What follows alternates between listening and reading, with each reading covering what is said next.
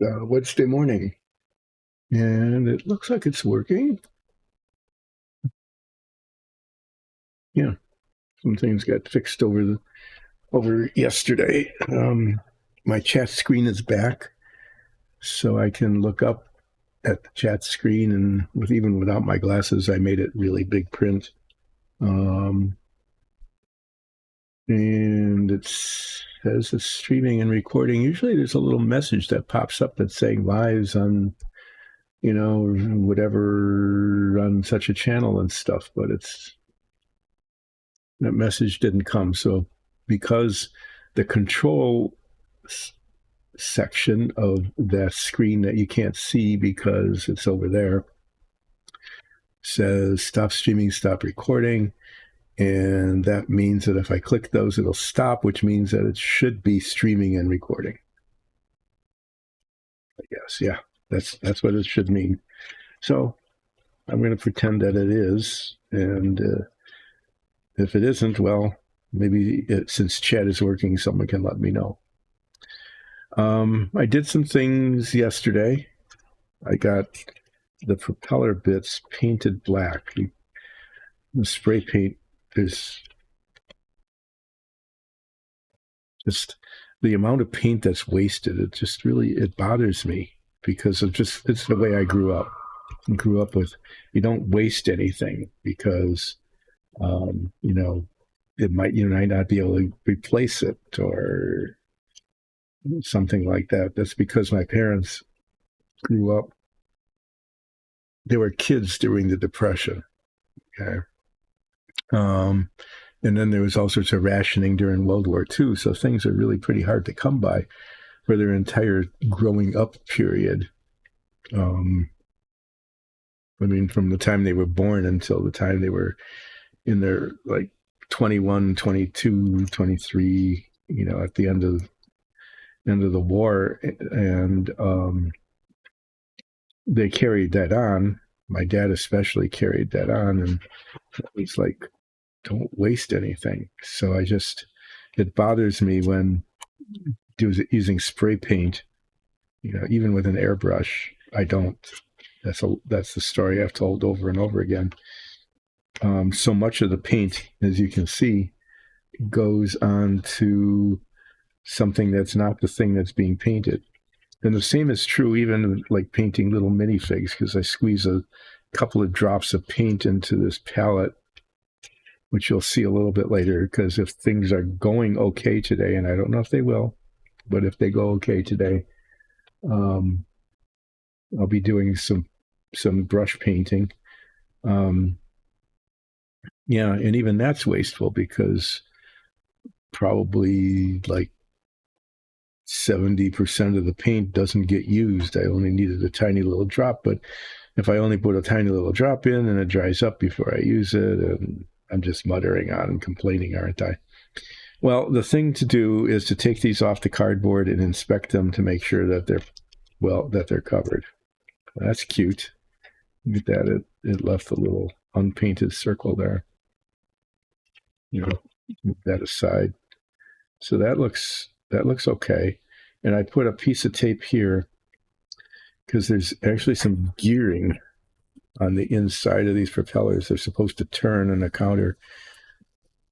not counterclockwise, but counter rotation. And I didn't want paint on the thing where the gears were because it might gum it up. So there's one.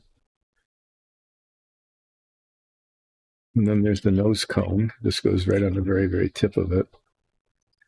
Yeah, that came out okay. Yeah, much better than trying to paint it, with a brush, because then I'd get all sorts of brush marks on it. So there's this. Guess this looks okay. I put some tape over the gears here as well. And I don't need this anymore. So in the spirit of keeping my work surface neat, I am going to put this away. So I'm going to wander off camera here just for a bit. and put this away. Time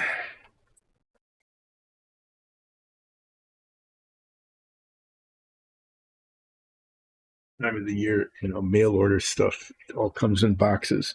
There is no shortage, believe me, no shortage at all of cardboard.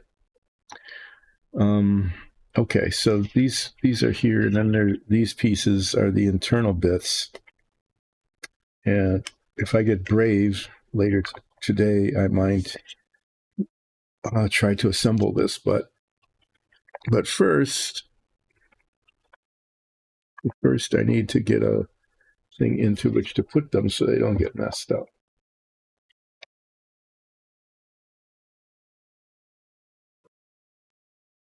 So I've got a box. These are done parts.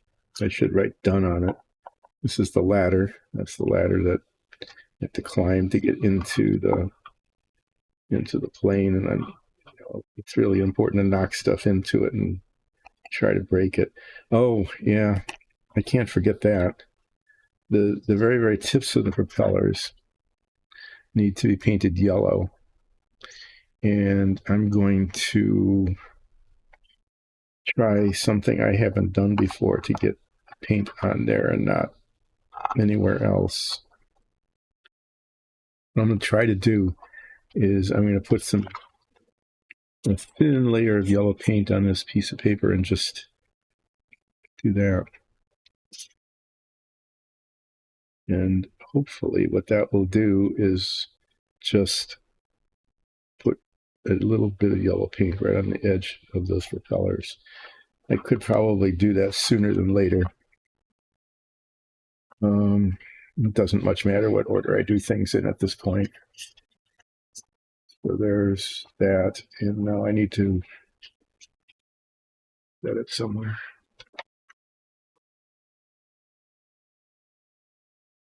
There's a note to myself to not forget about the canopy.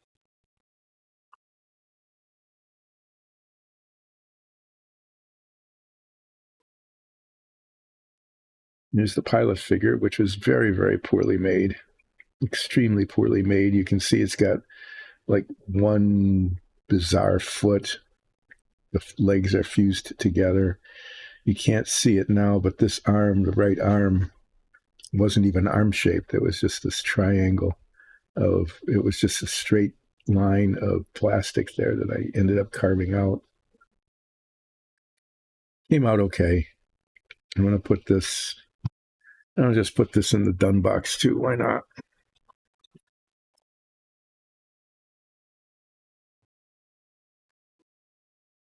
And I didn't paint his butt because it goes in the seat.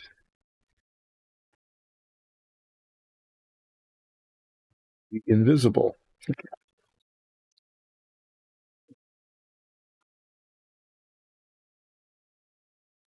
This is a nameplate, and underneath this bright silvery color is a dark metallic. And what is supposed to happen, I'm going to test this now. What is supposed to happen is that if I very, very lightly and carefully sand this, okay, the raised lettering, if I very carefully sand that and only that, the bright will be sanded off and the dark will show through. I don't know if that's actually going to work or not. I did that once a long, long time ago on a different model, and it did work. It worked just fine. But that was a long time ago, and at my age, everything was a long time ago. What can I say? This is 1,000 grit sandpaper. And the way I'm going to do this is keep this flat and just lightly rub this grit sandpaper. It looks like that will work, but not the technique that I'm using. So I'm going to try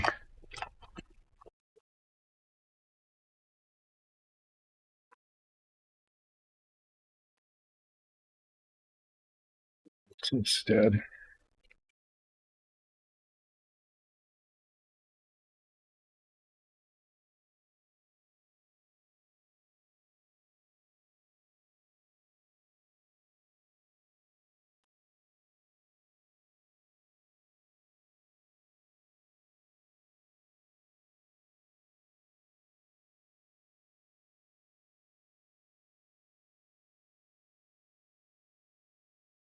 Very, very lightly sanding. Huh?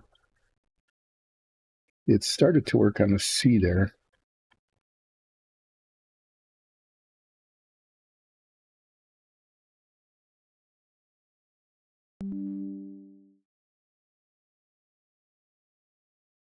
Yeah, it's coming. It's starting to work.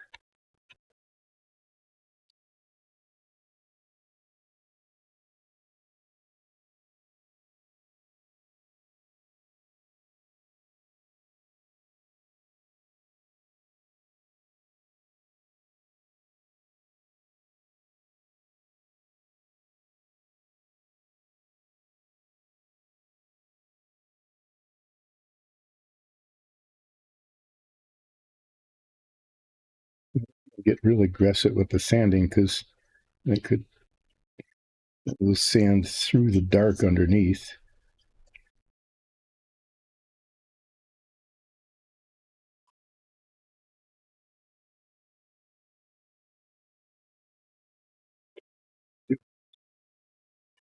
Unlike most old people, I'm nearsighted. So, you know, old people, when they're reading, in order to read something, they hold it far away because they can't see close up. My eyes are just the opposite. Is I can't see far away. And so with my glasses on, I can't see close up.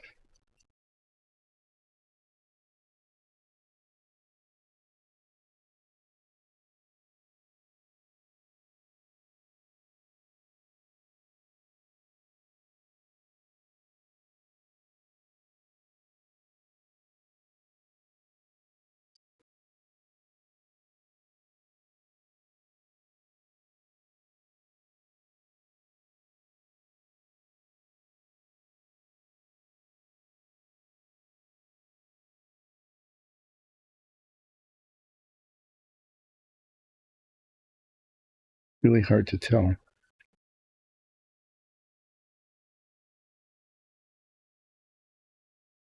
I don't know if this is working the way I meant to work, but it actually looks pretty nice.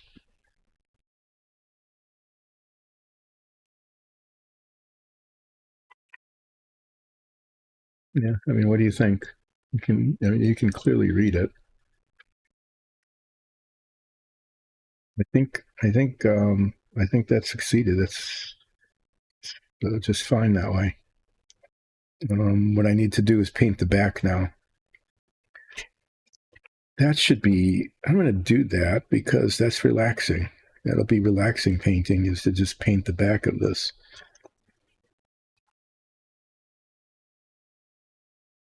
Can't damage things very much unless I like spill the paint all over the place, which is a possibility.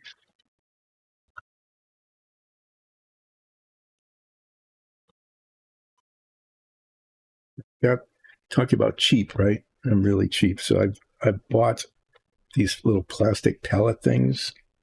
Okay, and I am very sure that they were designed for classroom projects. And what they mean by that is like elementary school, maybe second grade or third grade or something, or a little like watercolors or acrylic painting or something like that. I think there were 10 or 12 in a package. I can't remember what, and I know that they're really pretty cheap, and I still have some left, which is good because this one is I have to admit is nearing the end of its useful life.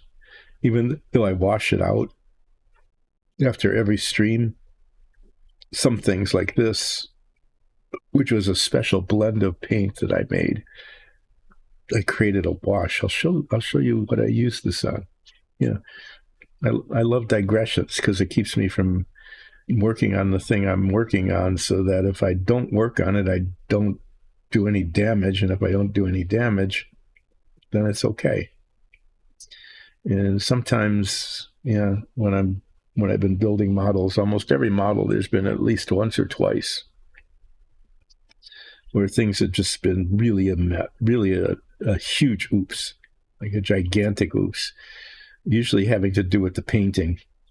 And then I had to sand the paint off. I did that on the Apollo. I did that on the Savoia. I did that on the Lotus Ford race car, where the paint it was just bad. And so it all needed to be sanded off and then reprimed and repainted. Fortunately, each time I was able to save the thing. But yeah, prevention is ounce of pounds or some an ounce of prevention is worth a pound of cure. That's the thing. And one way to prevent having a disaster is to not do it in the first place. But there's a downside to that in that it doesn't get done. Well, enough of that muttering. I'm going to, let's reach over here, not knock anything over, maybe grab a brush. What is it? That's pretty good. I've used up 25 minutes of the stream. Well, I started a little bit late, not much late, but a little bit late.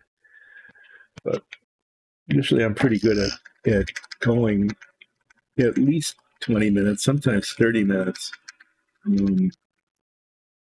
without really doing anything. And I'm pretty close to having accomplished that today.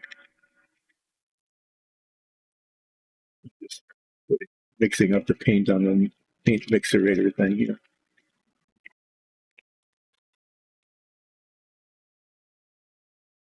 These metallic bottles have a tendency to splatter when they're opened and closed.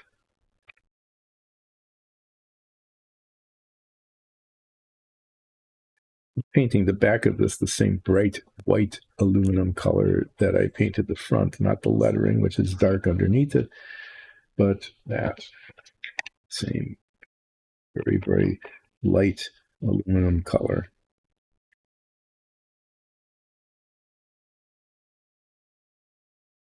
Much to my surprise, on the front and on the back is actually covering quite well. Well, let's just say that whenever anything goes well, I'm surprised. I just am. That went okay. That's a surprise.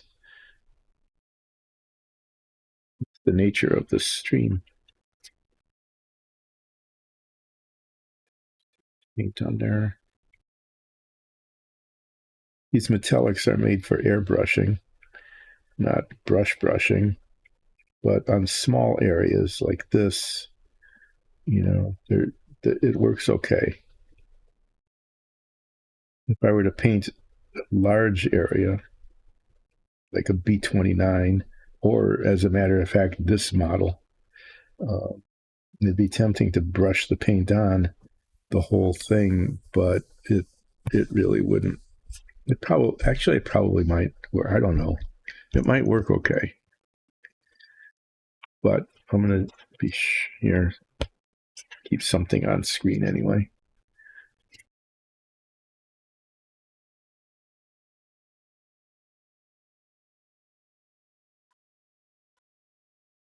A little while, I'm going to be going through my usual explanation of what's going on this stream and why you should watch our Dungeons and Dragons show, and in addition to this, not instead of, but in addition to.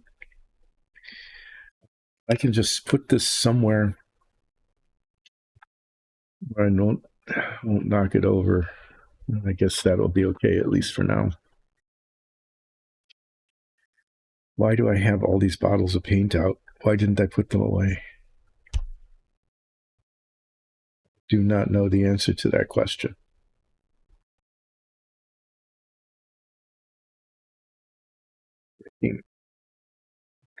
This is what I'm working on, by the way.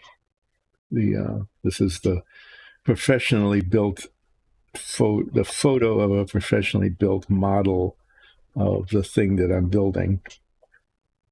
And the propellers were, this part up here, and you can see the little yellow on the ends. And I'm always kind of just in awe of and annoyed by the quality that people are able to pull off. Given how much work it is for me to come up with something that's just adequate, not necessarily great, but just even adequate. And then they do this. Just kind of how can that be?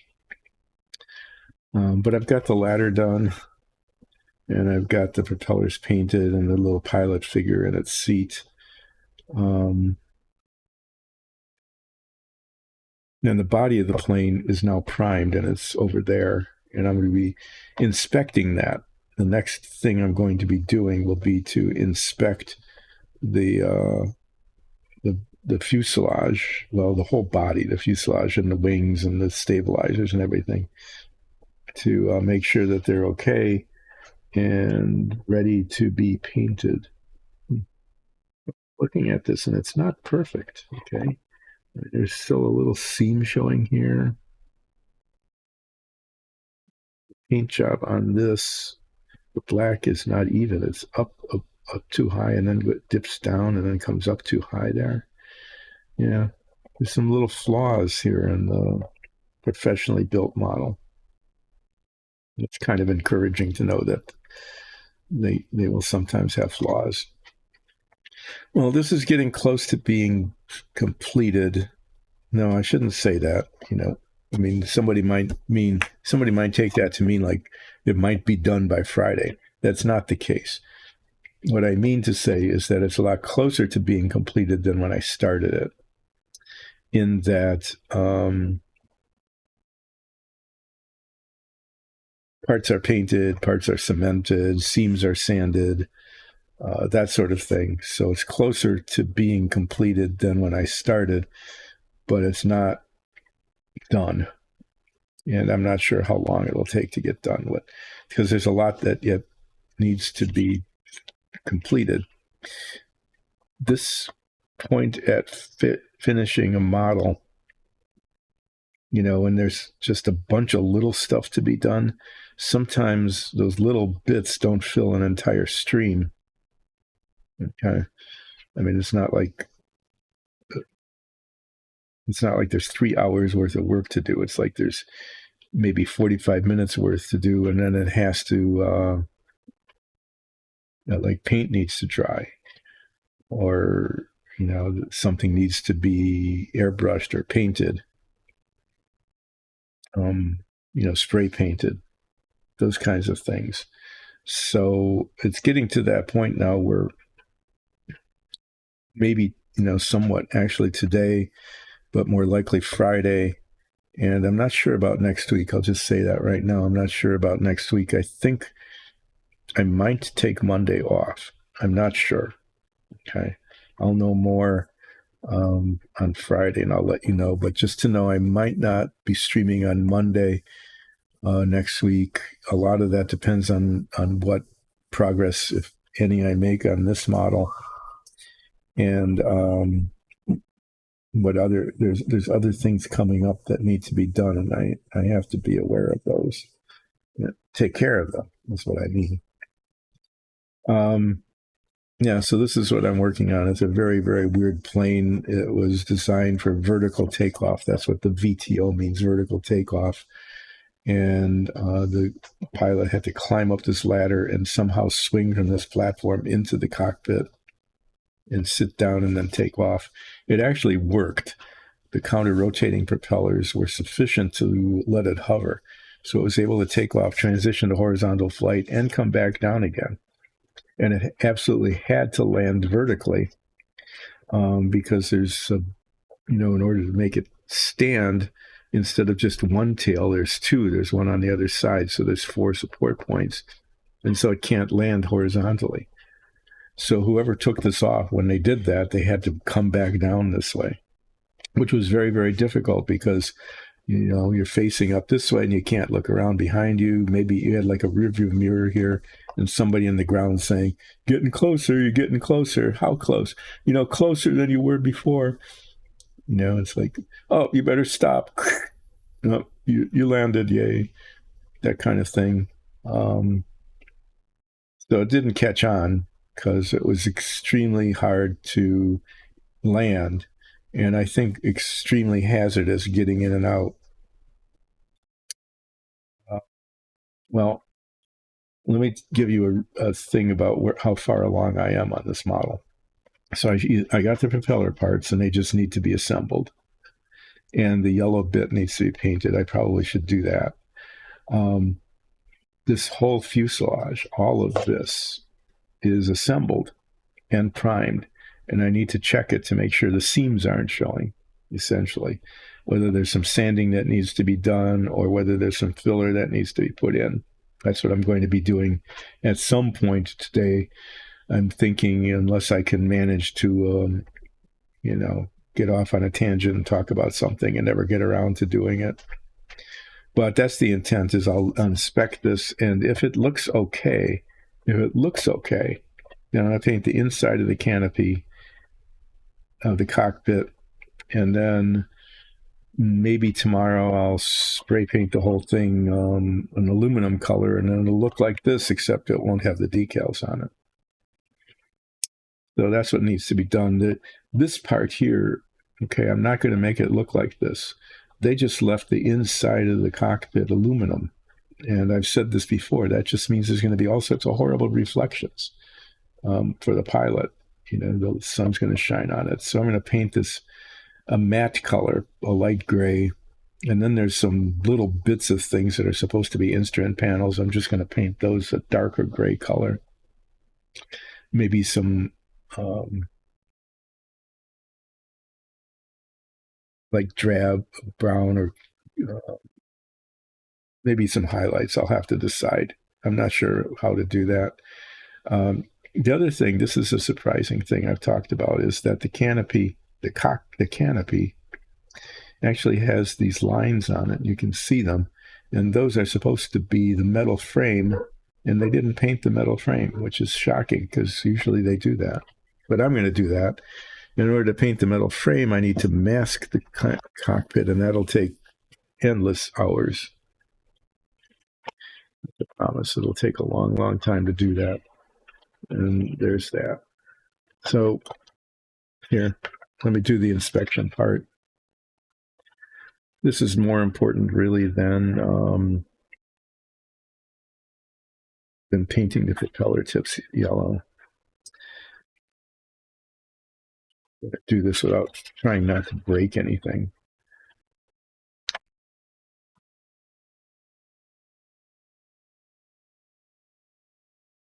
Yeah, there's nothing I could do about that line there. It's just there. It's a line here, but you can't feel it. This is going to be painted matte black here. And these tips here are painted matte black on either side, here and here. So I'm just going to look this over, and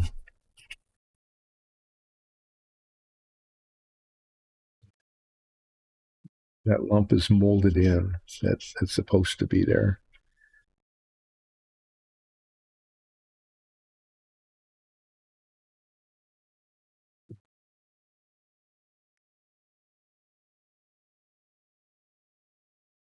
This side came out okay. I think is okay. A little discolored. The pods on the sides, yeah, those actually look pretty decent. I'm thinking this is not bad. This is looking okay.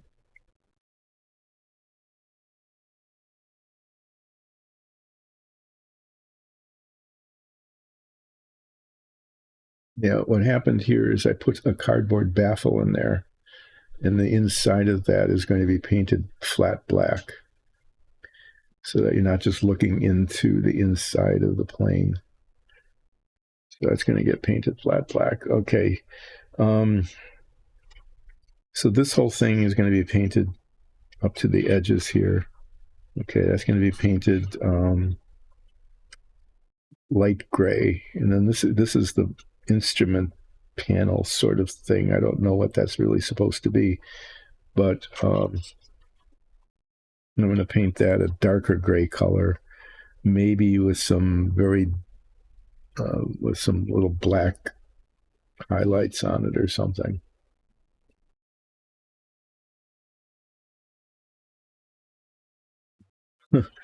Okay, but this is so awkward. Um, there's no way to hold this while I'm painting that.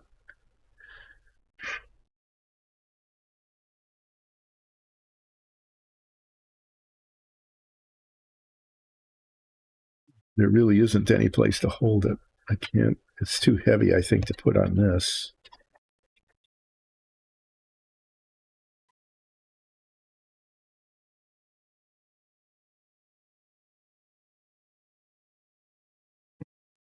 Well, I'm just going to have to do this. I'm just going to have to hold it in my hand and do that. I hate to keep setting it up like this because these are really fragile, the little things it stands on. I'm going to keep the box. I'm going to go back to this box. And when I'm not holding it to paint it, I'm going to set it in like this. And I know it's upside down, but the reason it's upside down is because these things should not break off. My intent is to not break those. And so, yeah. So this whole thing, except for the canopy, which I'm going to be working on now, not the canopy, but the cockpit, this whole thing is going to be painted one color. It's just going to be painted that aluminum color.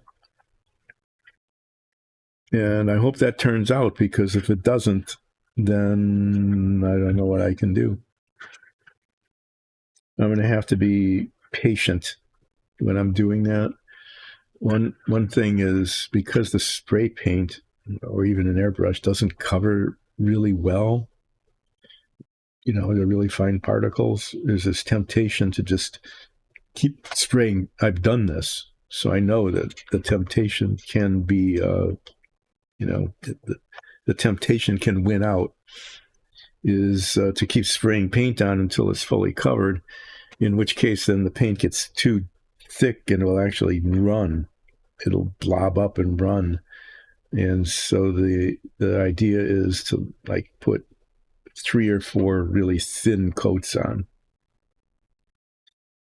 Kind of spray it and it'll look uneven, and then spray it again and it'll look uneven, and spray it again and look uneven. But by the 3rd or 4th coat, it's usually pretty well covered, and it doesn't have any drips or runs or alligator spots and things like that. That has turned out to be the case. But every time I put too much paint on, I shouldn't say every time, because I did that with the propellers. I put too much paint on them, actually. And they turned out okay. But I just say that was probably lucky, not skill, but just luck.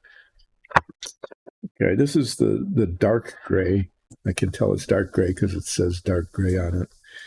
I'm going to use to paint what look to be instruments inside the cockpit.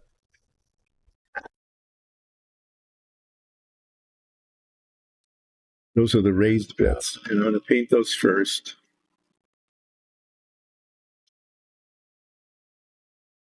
And there's 2 reasons I'm painting them first before the rest of the cockpit. And one is because I do better painting raised surfaces and then painting up to them with the lower surface than I do if I paint the lower surface and paint down to it from the upper surface. The other is that I want to see what this looks like, because I'm likely going to have to put at least one more color on it to make it look like there's something there, like some sort of instruments there. And I'm just going to have to play around, I think, with the different colors, 2 or 3 different shades to try to get it so that it doesn't look stupid.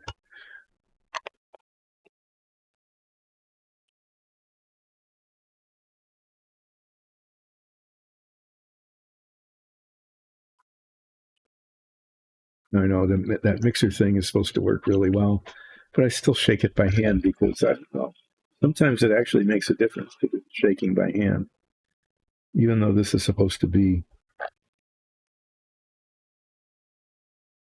the best way to stir up the beans.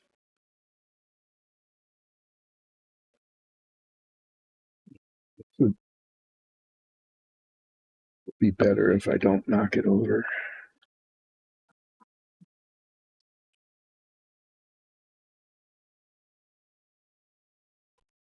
This the paint's in a bottle.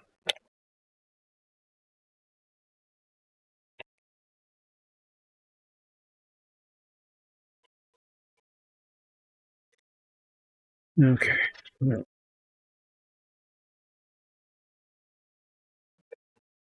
these are the bits I'm painting. And I'll see what they look like when they're painted, and then make a decision about additional. Oh, no. I'm making that sound. There's a tiny gap here between these two bits. See that? Yeah, tiny gap. That needs to be painted the other gray. So, I've committed. So I'm going to finish this and then do my best with that later.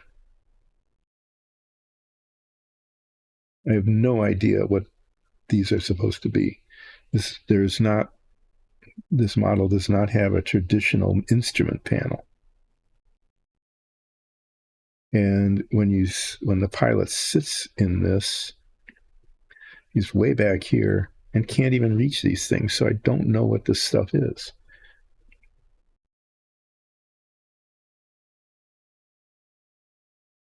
Why it's here or what it's doing.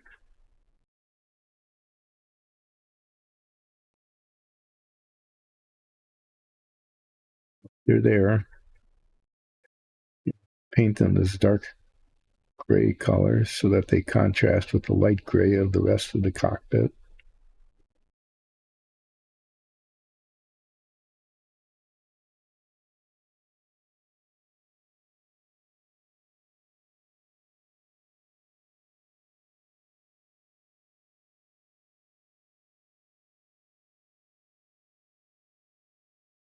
Getting it kind of unintentionally, but it doesn't hurt to get it all the way down. Even though it's kind of getting, this just isn't going that well this morning. But I'll be painting up to these edges, and I kind of want to make sure that this dark color goes down far enough. I've had that happen where I paint this and I'm very careful about the edge here when I'm putting this coat on, and then it turns out I didn't paint it down far enough, and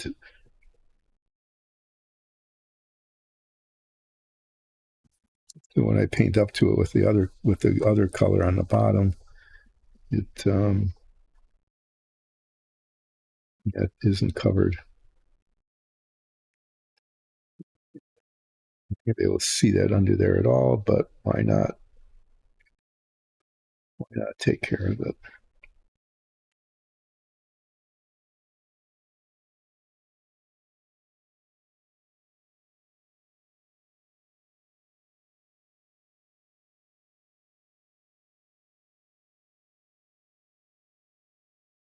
Sometimes for me, because I'm not a master painter and I'm not a master modeler, sometimes for me when I'm doing things like this, I have to go back and forth with the different colors along the boundary lines between the colors.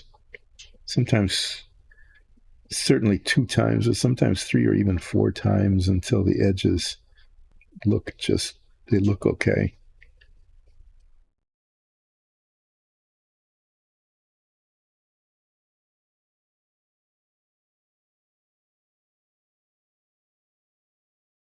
The other thing that I've discovered too, and I might pull this off, is to keep rotating it, because it's really it's actually quite easy to miss spots and just totally miss them. There and not see it until it's rotated in a specific direction, or even there. And sometimes that rotation doesn't happen until near the end, and then how can I possibly fix that? I can't even reach it with the brush.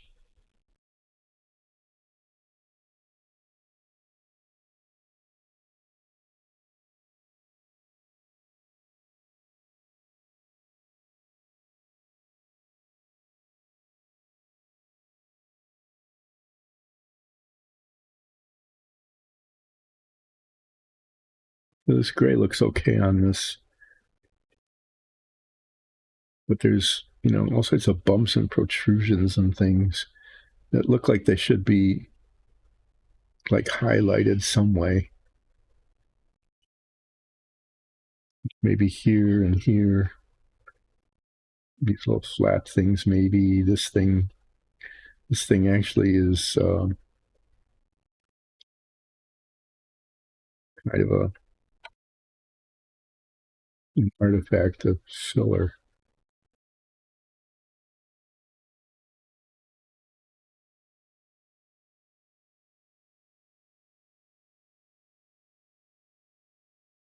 Yeah, this might take a long time to paint, going back and forth.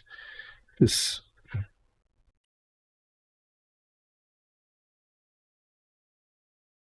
so these little vertical things here and here. This is just one piece of something.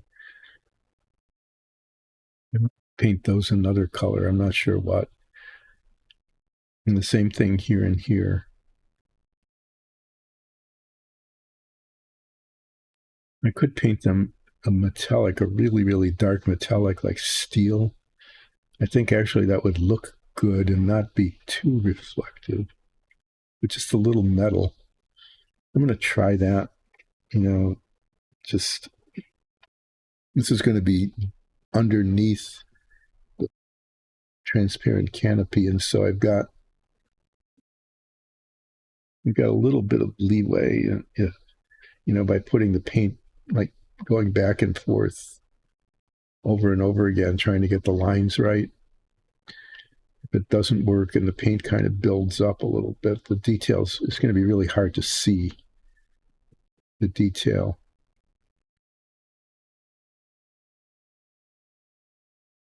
I need to get the flat black paint out. I painted the inside. When you look through the canopy, you'll be able to see the inside. But if you look there where the wings came in, that I need to get a brush in there and paint those flat black.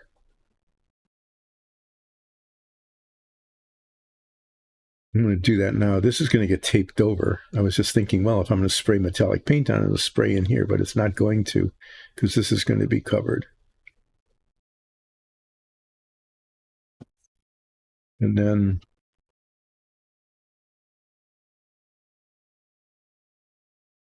some down there too that should be painted black. That's these openings here.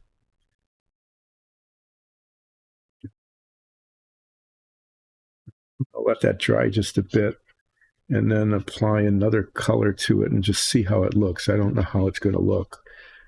I'll give it a try. I'm just making stuff up here. There's no guide anywhere in the instructions or pictures or anything of that about how that should look.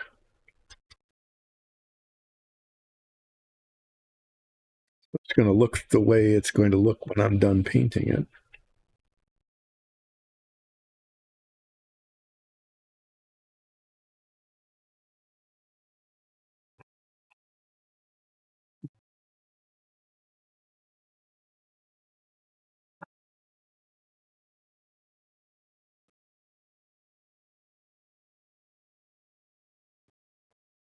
Trouble finding the color I want.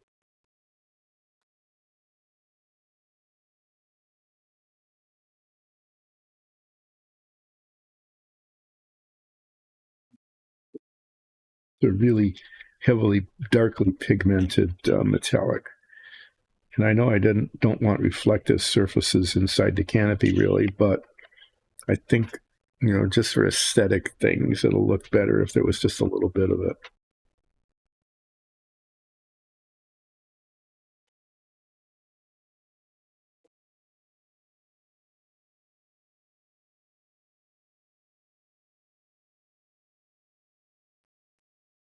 See what I mean about, it gets to this point, waiting for that paint to dry. There are things I can be doing, right? First, there are things I can be doing. I can paint the propeller tips yellow, or at least try to.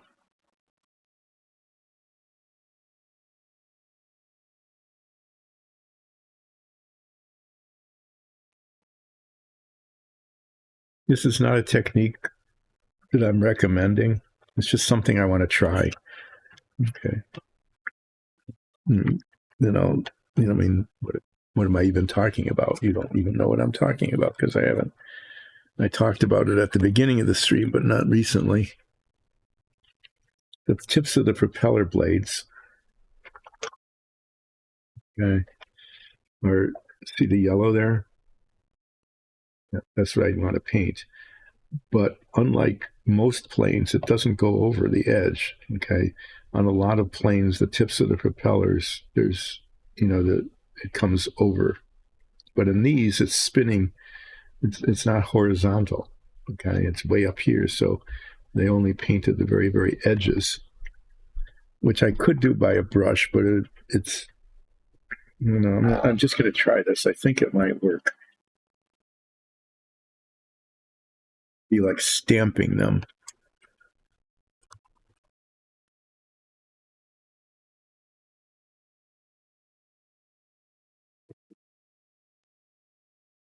So what I mean by that is,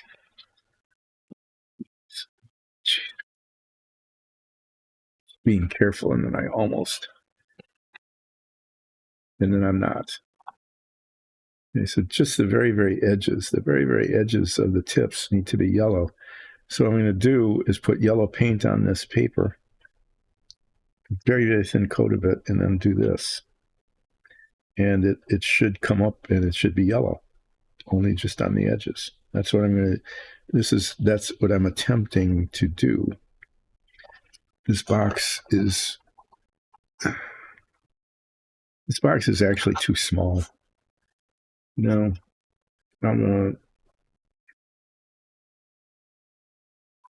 especially when I put those things back in it, I need more room. So I'm going to wander off screen just for a bit here. I'll be back in it'll be really quick.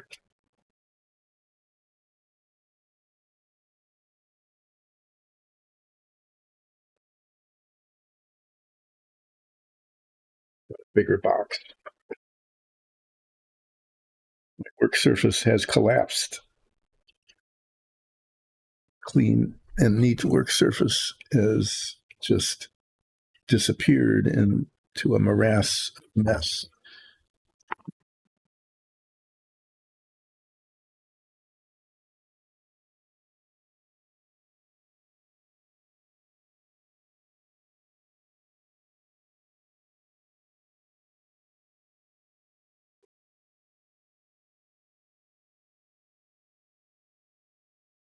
Putting a paper towel down on the bottom. What I found is, and this is a real pro tip based on my real life experience, is that cardboard is actually fairly abrasive. Even it's quite abrasive. And there's a lot more room in this box.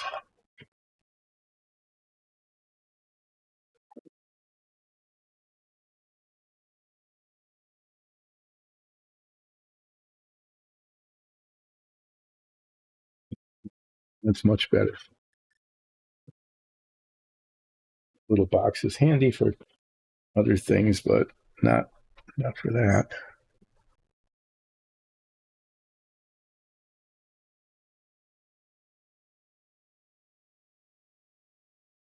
This is the done box here.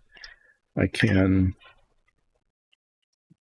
the internal bits. This is the internal bits for the propeller. And this is the pilot's seat.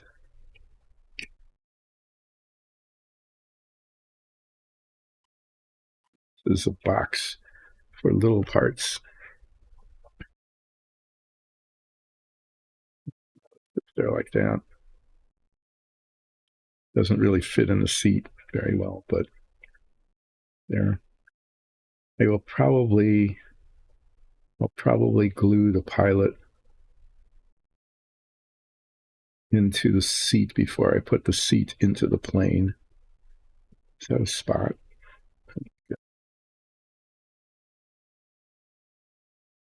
Yeah, that's probably something I could even do a little bit in this stream if if it comes to it.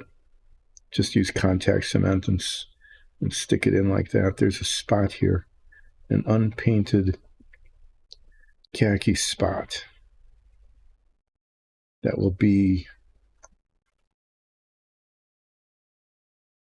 It's going to fix it. Sometimes those things are just really silly. They're tiny. You can't see them, but I know it's there, and it bothers me. And then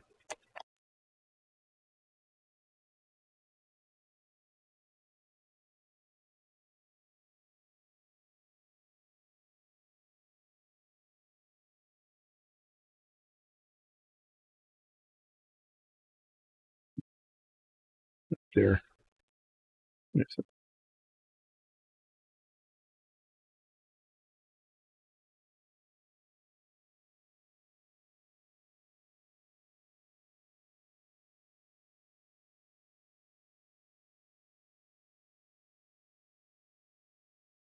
That probably was pointless, but there, it's not there anymore.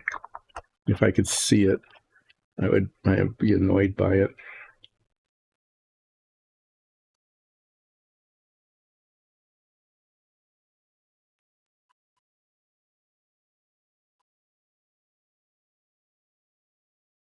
This is a nice roomy box.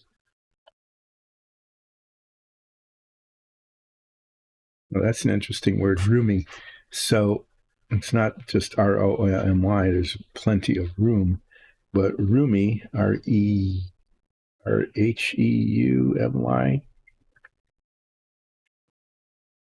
It's also a word, and that means kind of the way my eyes feel.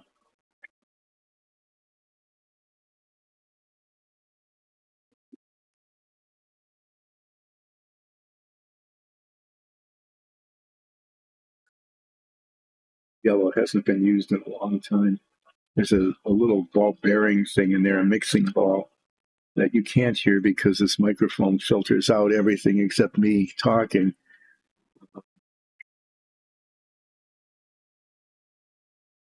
At least it's supposed to. I don't know if it does anymore.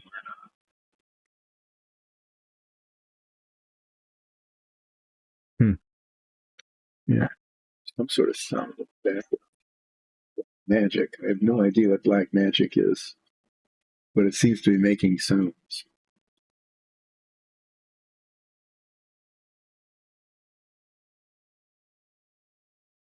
I don't know. I hope this works because if it doesn't, then I'm going to have to do some repainting.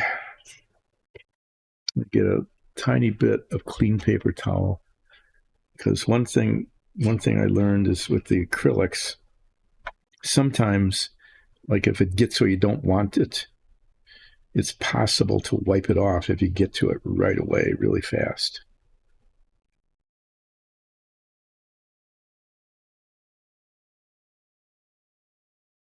Just to be very, very, very, very thin on the paper because I don't want it to creep up on the edges. Okay, I'm going to try this. Let's see what happens.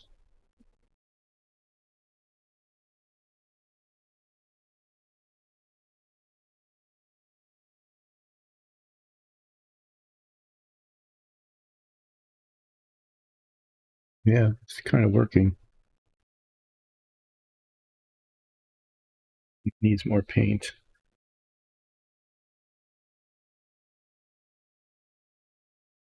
That edge is really, really thin. Okay, well, the idea was it was working, but there's actually too little paint. There was too little paint there, and it dried really fast. It's practically dry already. So I don't want it to be too thick because then it'll creep up on the edges of the propeller. I want it only on the very, very edge.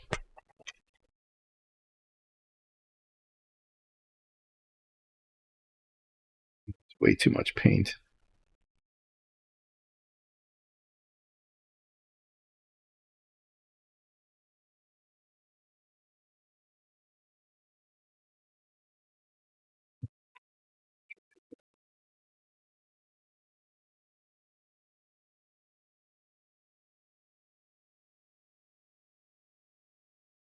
Yeah, that's worked.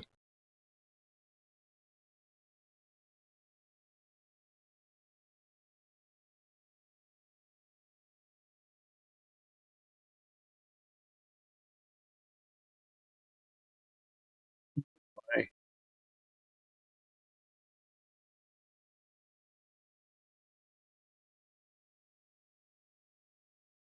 The edge of the propeller, do this. I'm going to have to touch it up with a brush. The edge of the propeller isn't even. It's like little indentations and things in it.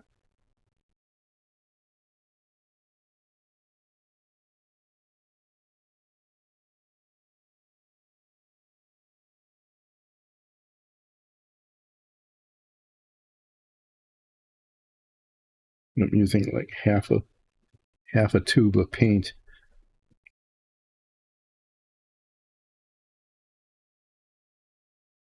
No surface area at all.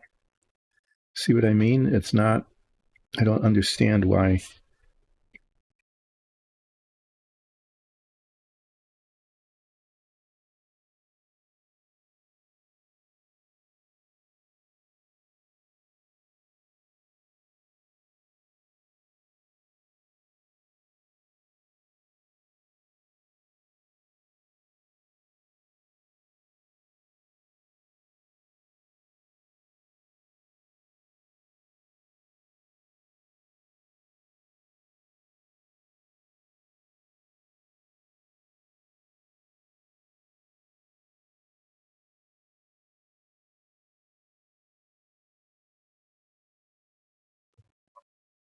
It just didn't work.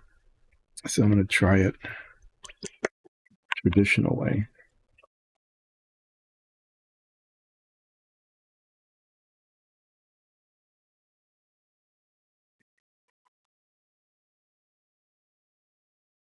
Great. It fell apart.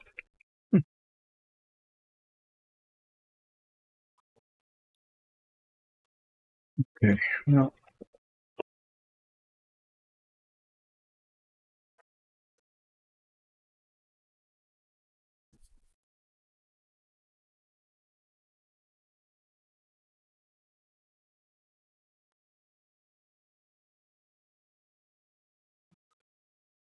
getting a little impatient, and that's not good. I should not be impatient as I'm attempting to do this. Very patient.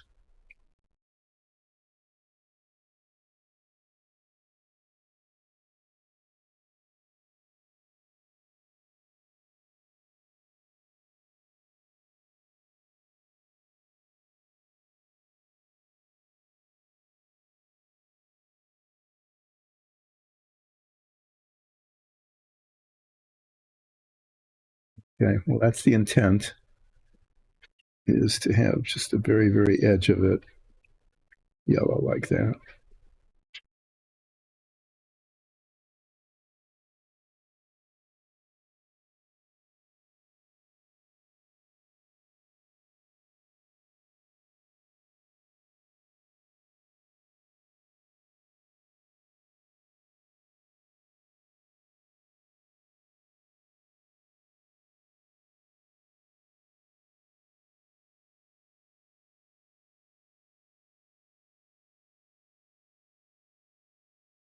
Really, I can't yellow paint on the edge of a propeller and talk at the same time. It's not unusual for me to not be able to talk and do something at the same time.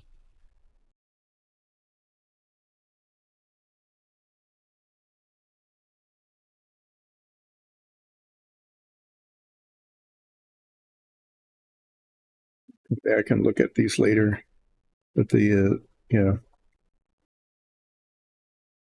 they're all different thicknesses too. It's really weird. Didn't notice that when I was prepping them, timing them.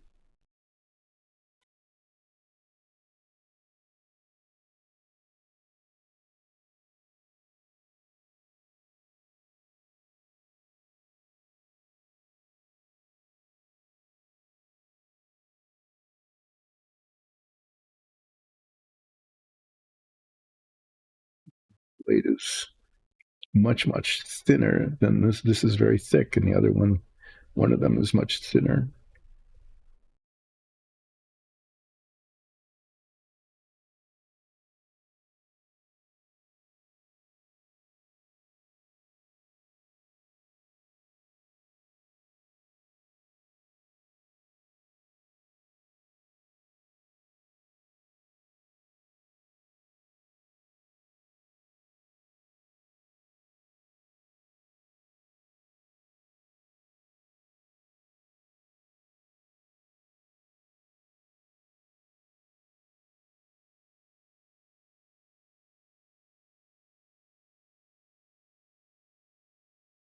Paint is using tiny bits of paint, and it's drying on the brush tip. Okay, I'm thinking it's not perfect. The lines are a little wavy, but I think they just need to be that way.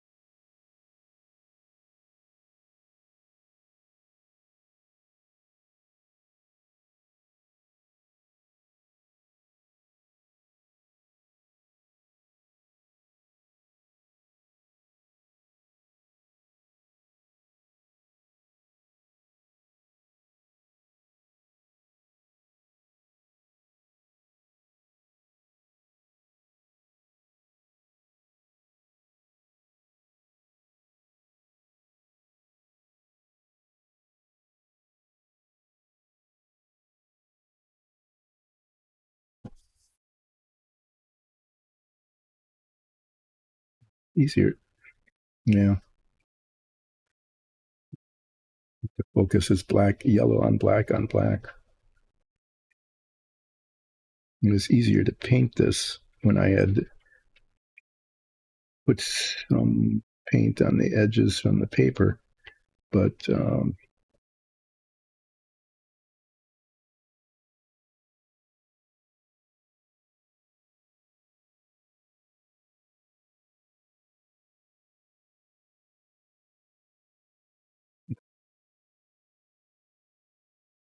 trying to get it even.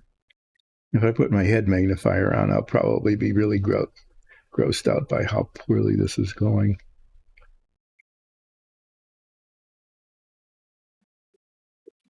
But with tired old eyes, it doesn't look too bad.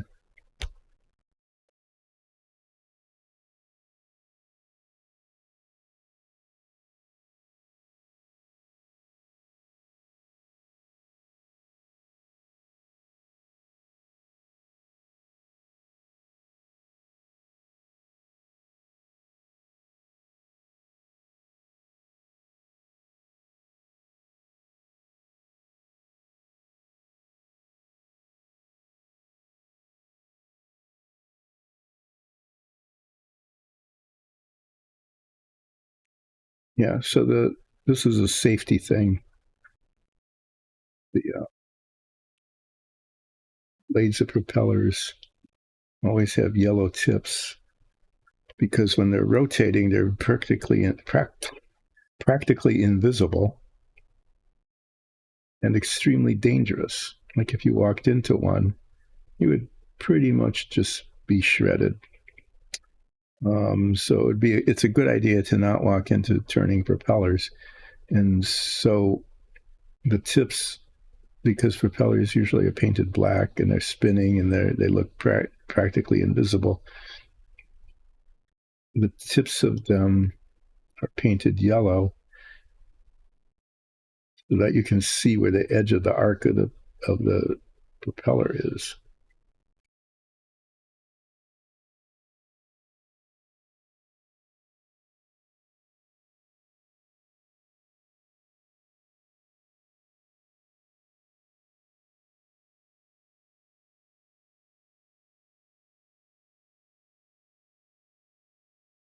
That's what this is about here.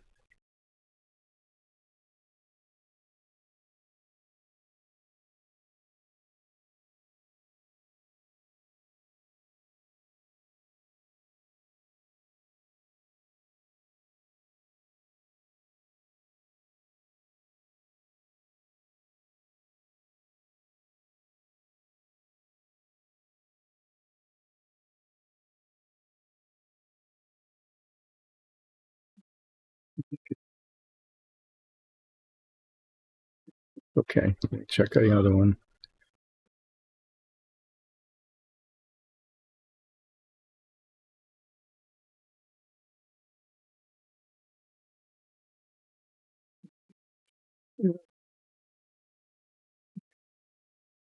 It's okay. But there's a thing. Those are done and ready to be assembled when I get around to doing that. All these bits here, the shaft and the gears and these end things are all on the inside. They go between these two propellers.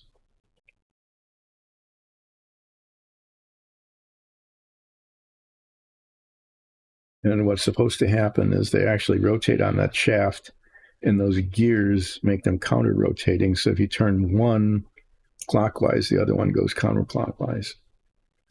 And that was an important thing for the operation of this plane. The reason it didn't have just one big propeller is that when the propeller spins, you get the reaction to that, and the plane spins in the opposite direction of the propeller, which is not a healthy thing at all.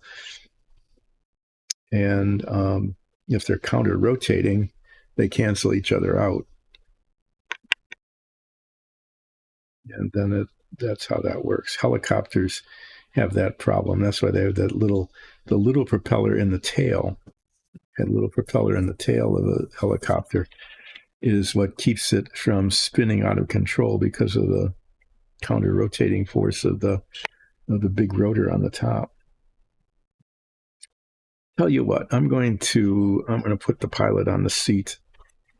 I'm just going to do that because it's just sitting there, and why not?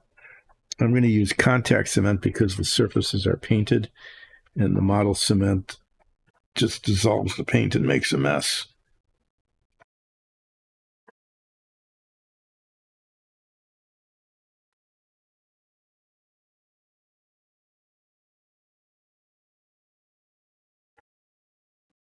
Toothpick.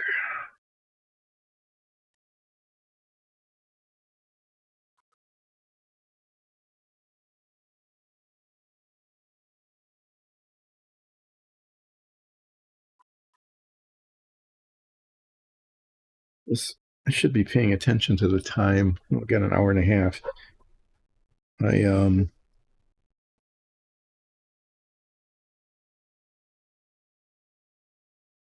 finish painting the cockpit and then tape it.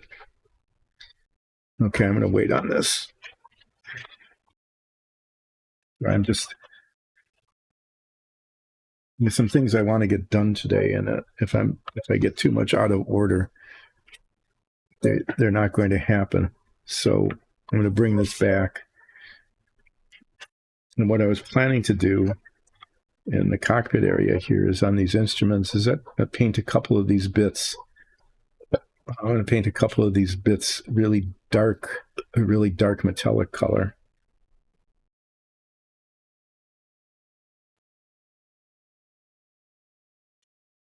Going to need my head magnifiers for this. And if this looks okay, then I'll paint the rest of it gray in just a little while. And then let that dry so that I can tape it. Oh yeah, and I need to paint some of the inside black.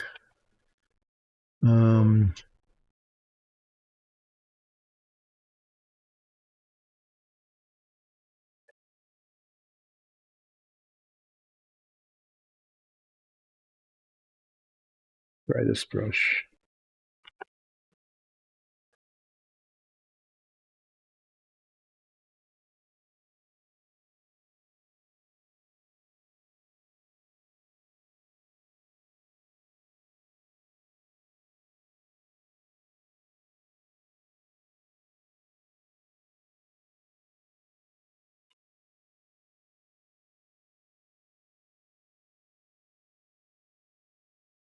This paint in particular spatters when I open it and close it.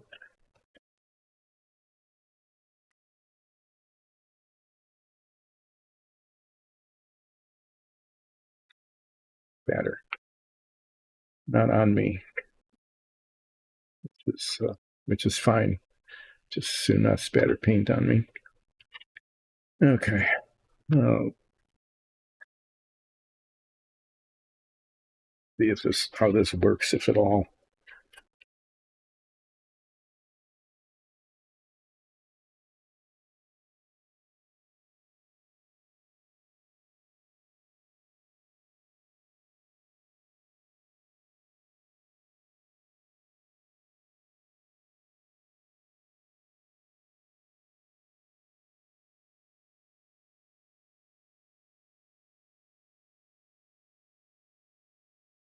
I think it's looking okay.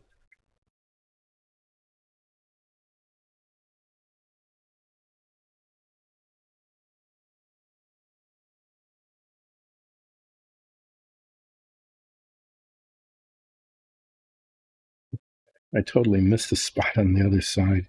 Wow. Yeah, I mentioned that before about rotating the work.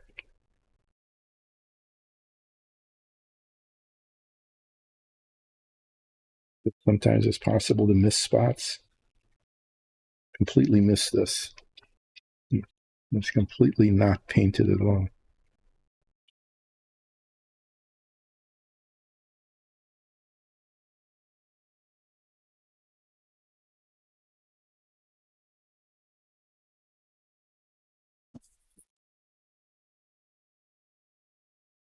Yeah, that's a good choice. That looks good.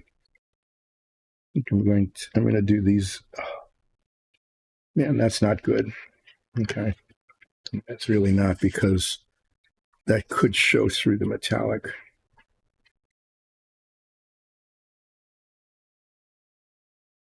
It's going to be painted silver, but it's right up in the front.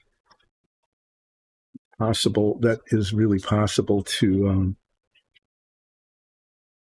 a discolored spot.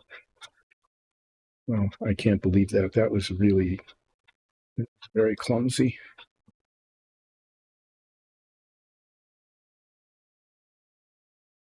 Just using some water here and trying to wipe it off.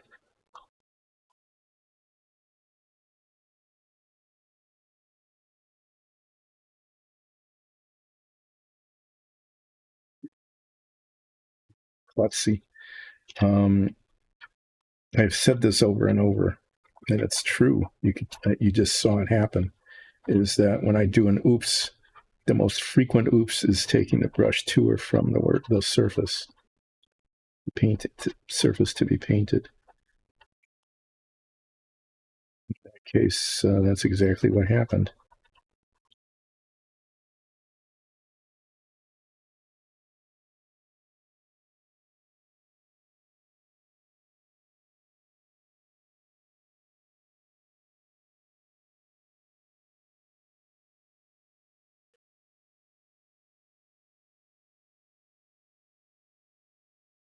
coming off. And that's good.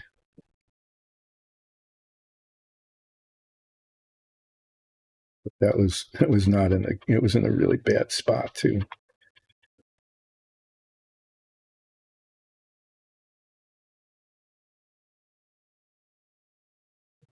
It's small enough and light enough. I'm not going to discolor through the aluminum paint.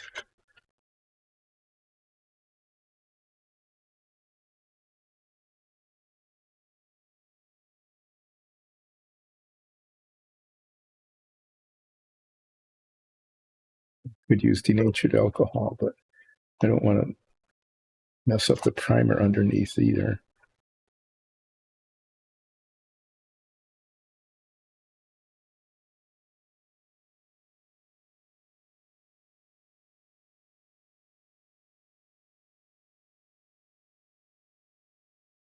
No, that was just really dumb. Being careful. Put the high top tube there in the bottom.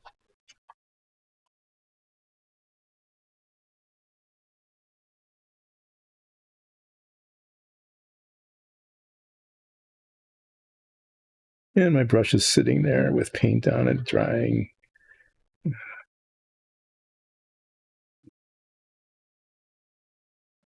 Come off as much as it's going to come off.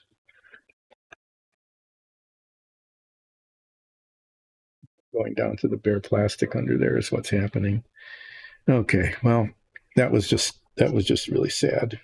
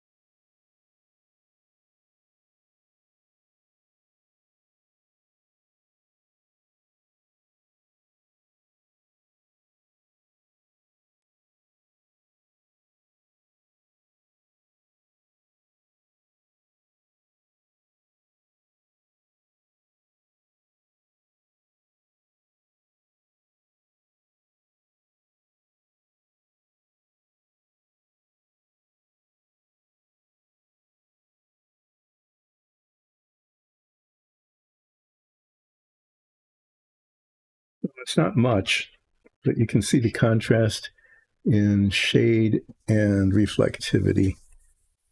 And I think that makes it look more interesting.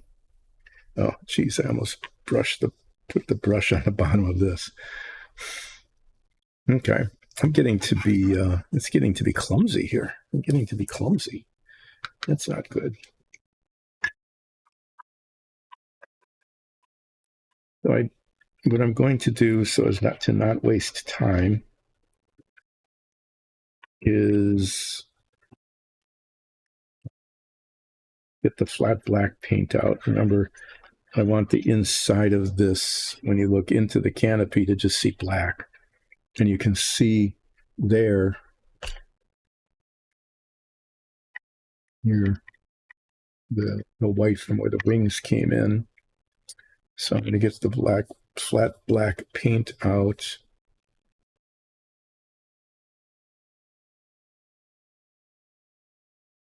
And paint those. I can reach in and paint those. And if I'm not incredibly careless,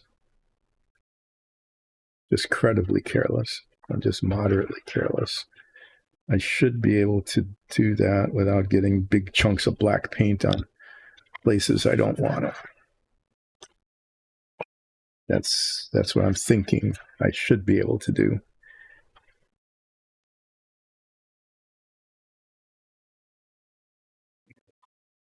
Brush is a little small.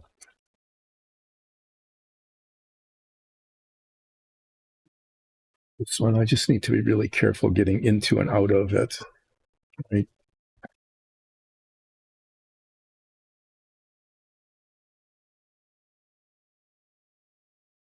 After I do this, I'm only waiting for the paint inside the canopy to dry. I'm going to take a quick bio break.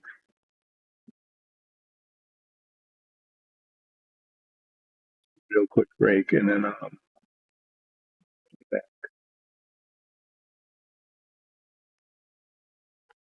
and do some more stuff. Do some more stuff. So yeah, so what I'm doing is, if you can see in there, yeah, you can see the white there. That's gonna, I want that to be black. So I want to get the brush in there and put black paint on that without getting black paint where I don't want it.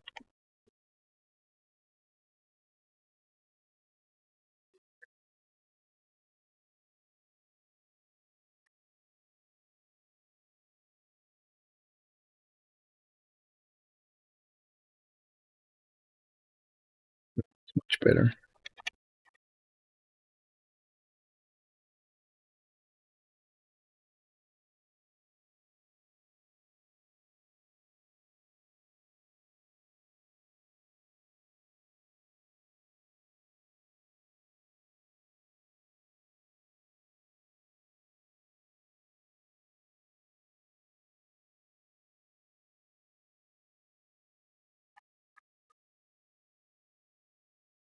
Some spots here with where the primer got on it.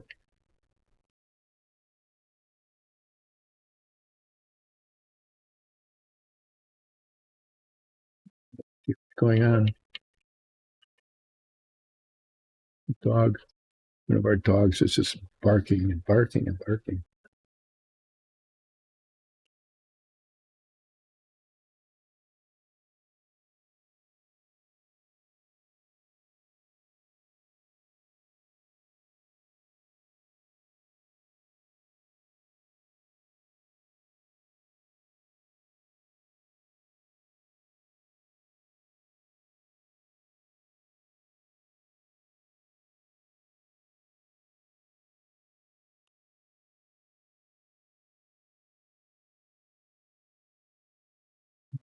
I haven't painted that before.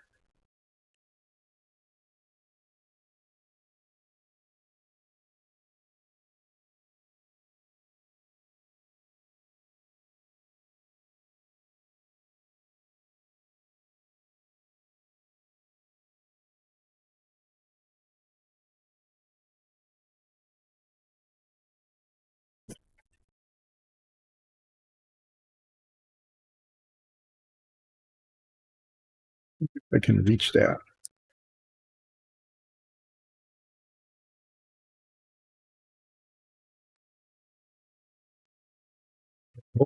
I hope that's a dog playing.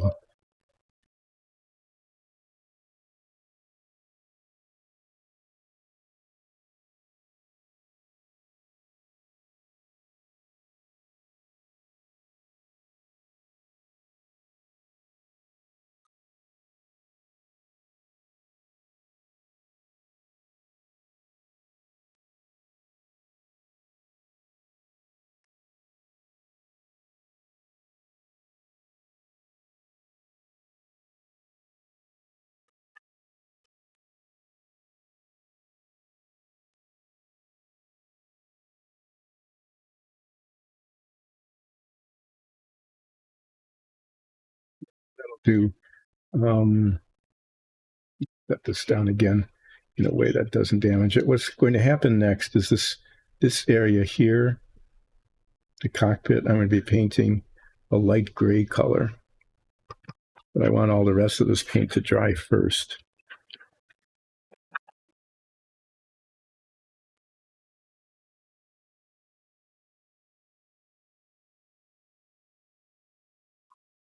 That'll take a little while to paint because of the boundaries. I need to get the edges right. But I need to take a quick break. And I'm going to put this here so you can see that there's a plane there.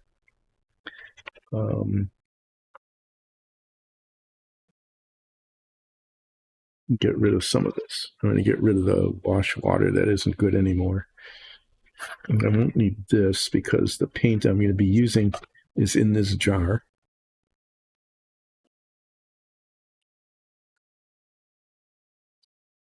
Here,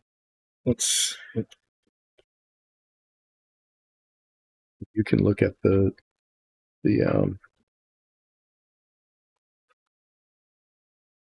back that goes with it too. Okay, I'm going to put the brake sign on because this might take a couple of minutes, and I will be back and we'll be painting the inside of the cockpit light gray. And if I can get that done today, that's great, because then the paint can dry and I can tape over it and paint this silver. Yep. Okay. Sorry. I'll be back in just a bit.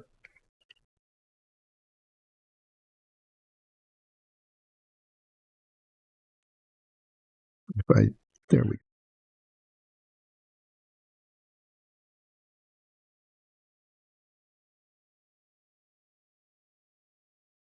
go. That was either good timing or bad timing, in that just as I went up, got a phone call from a family member, and a little bit of chatting going on. Well, I've still got an hour left if I use all the time, which gives me enough time to paint the canopy using this color paint and turning this over and rotating it and that kind of thing. And hopefully not making a mess of it. I'm going to put my head magnifier on so that I can get the boundary lines well done, hopefully well done.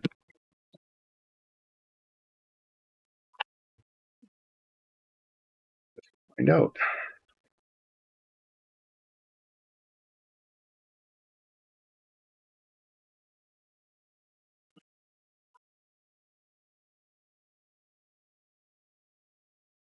Another thing to find out is whether I remember to take my mug back upstairs or not.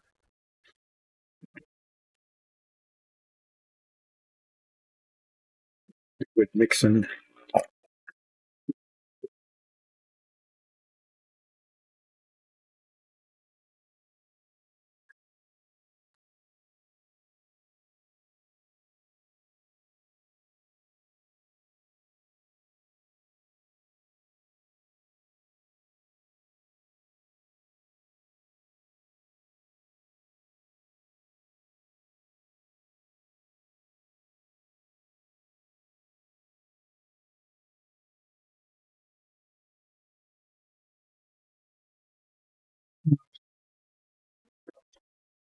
So I've just been talking about what I've been doing and the messing up I've been doing and the things that I succeeded in been doing. I haven't talked about really. That must have been funny to watch. Putting these on over my other glasses. I haven't quite, but came close, to the old trope of where are my glasses? Where are my glasses? And they're like frightened, like I'm wearing them, right? I've actually come close to doing that. Not quite doing it, but coming close. I wish those weren't there. They're just in the wrong place. Not that they're in the wrong place, like the model was constructed wrong. They're in a place where it's difficult to set it down. Whoa, oh my, oh my, oh my, oh my. What happened here? I just used this brush. Did I just mess it up when I put the thing back on?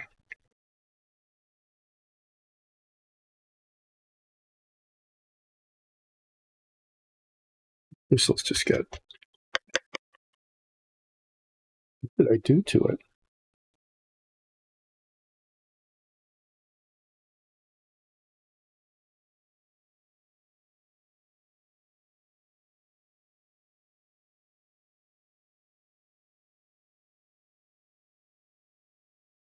Sometimes I do that when this goes in. If I'm not careful, catches the edges and bends the bristles, and then the brush is messed up, like it is now.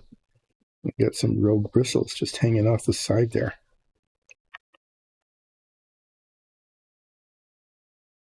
So that's, you all heard the story about the women getting radiation poisoning because they painted the instrument panels during World War II with radium paint. There was radium in the paint, so it glowed in the dark so the pilots could see the instruments at night. And they wanted to keep the points of their brushes, pointy. This is how brushes keep getting smaller and smaller. The bristles need to be cut off because I messed them up.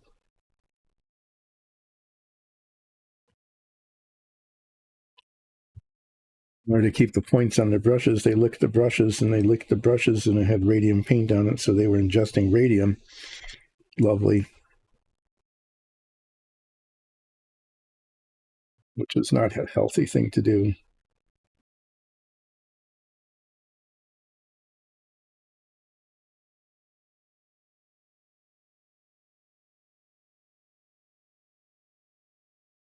I didn't lick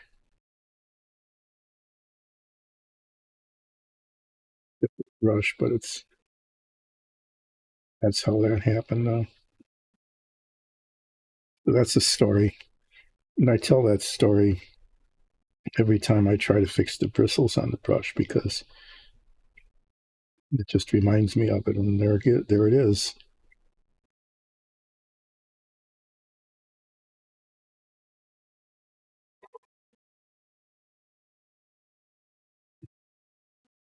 Sort of on camera.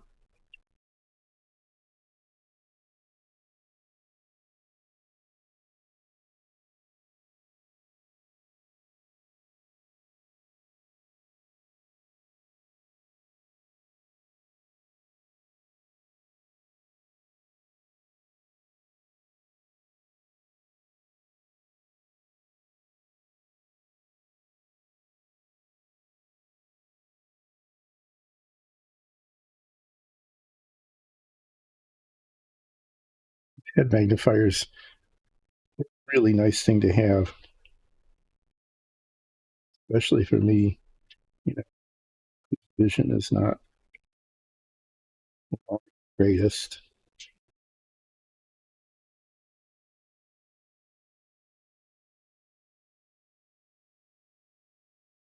So if you're doing modeling, and you're not real serious, I mean, you are serious about doing it well, but you're not real serious about investing,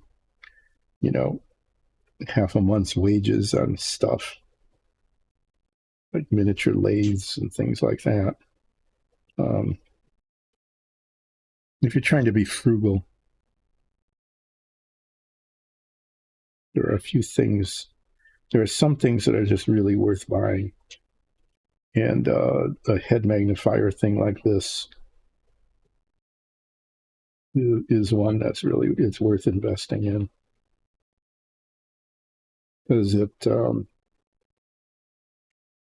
right on your head. It's got a supplemental light, which is nice.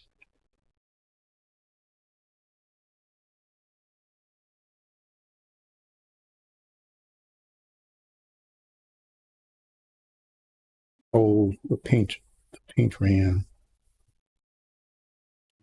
Going to make the line like that.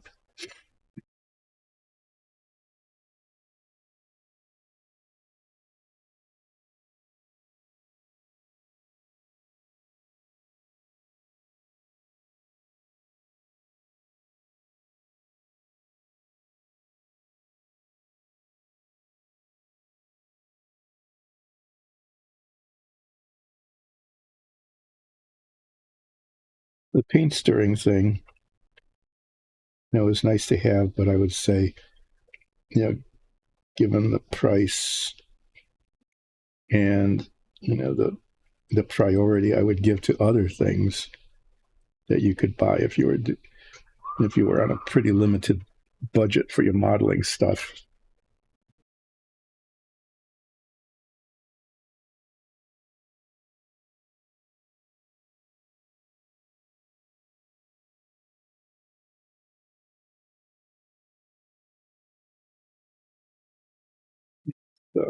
Head magnet, good brushes.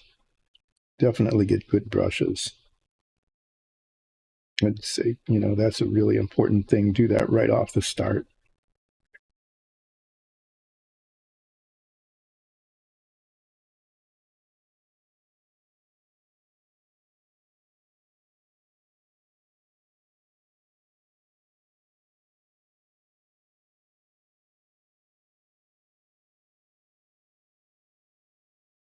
Micro saw thing I got. I recommend that because it's way better than like even an X-Acto knife or something like that in terms of taking parts off of the sprue without breaking them.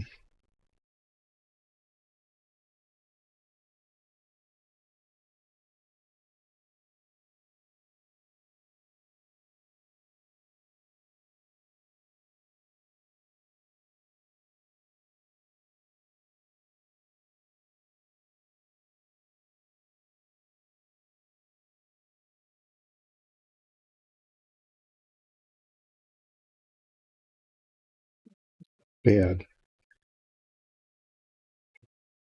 I'm going to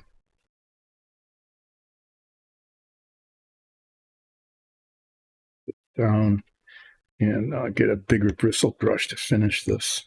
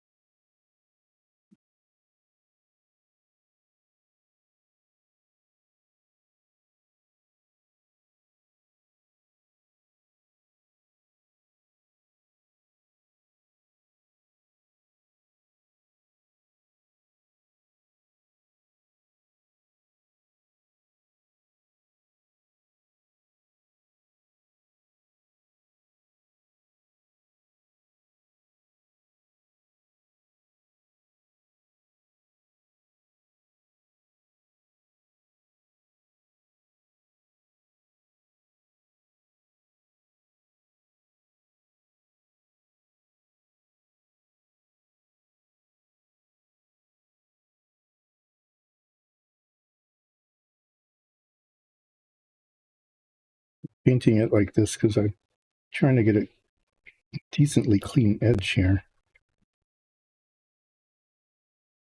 It's not perfect, but decently clean where the canopy goes on.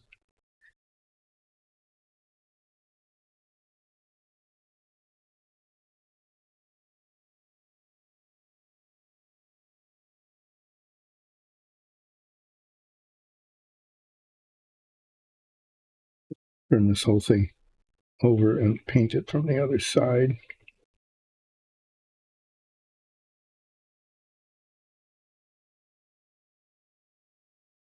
People who are ambidextrous have a real advantage because then, they can paint things from both sides. I can only do things one way.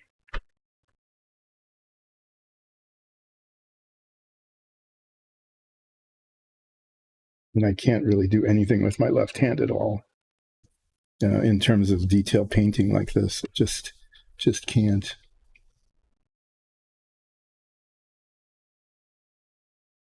I've tried with zero success.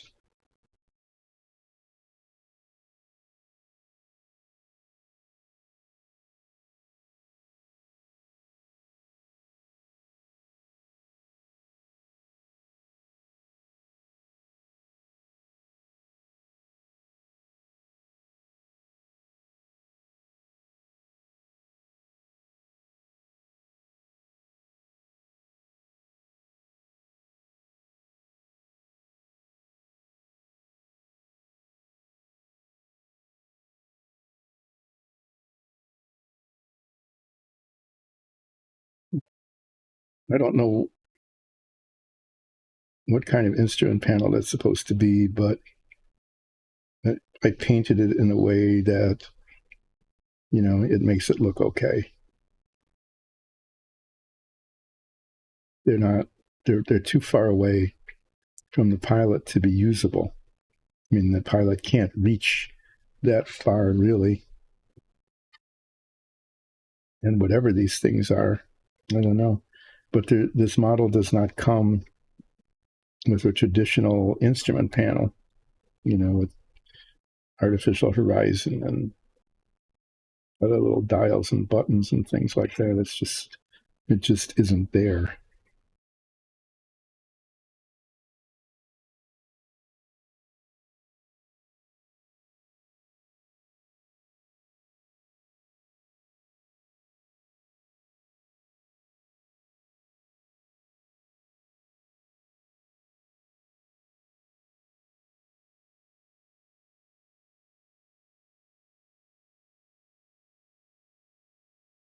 This needs to thoroughly dry, and then it's going to be taped, masked, masking tape, masked, so that when this whole thing is spray painted metallic aluminum, okay, when that happens, this part will stay gray. And it will stay gray because it will be masked over with masking tape, which I cannot apply until it's dry.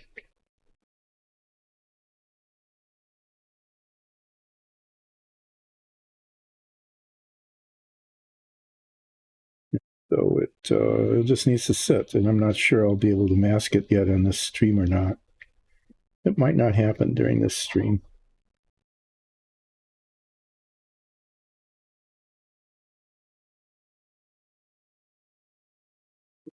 If I don't do it during the stream, I'll do it. I'll mask it.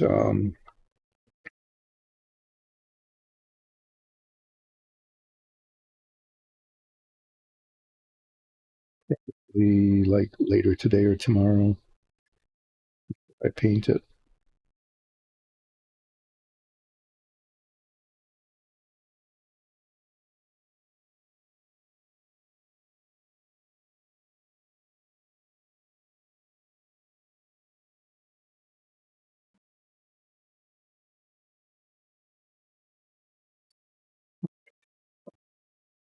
I actually need to set this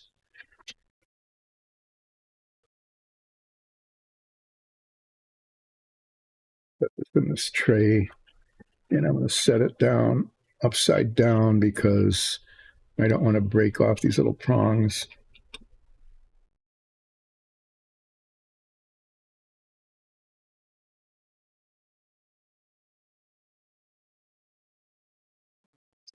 It's crooked. What's up with that? I worked really hard to make it straight.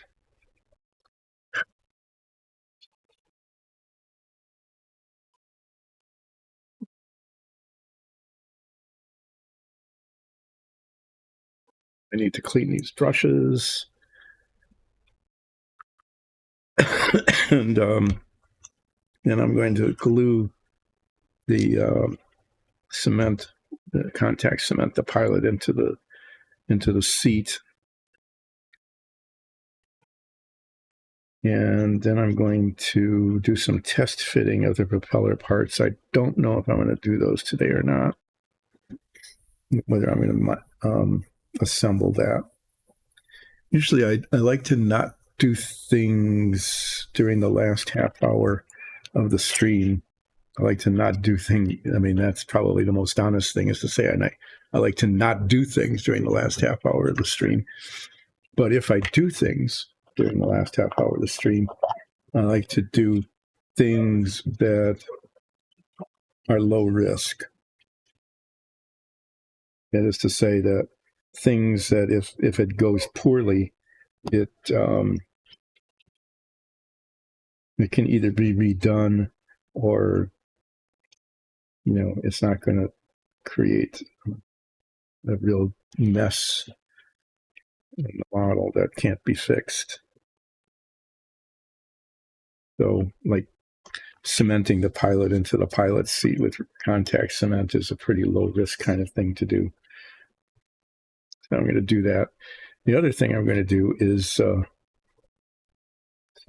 cement this together because it came apart. And you know, one thing when you're cleaning it, that's fine. It's another if I was painting it and the bristle part fell off. Okay. Dealing with the accumulation of mess here. But this box,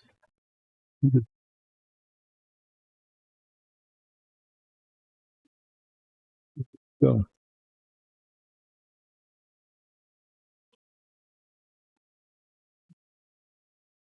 really,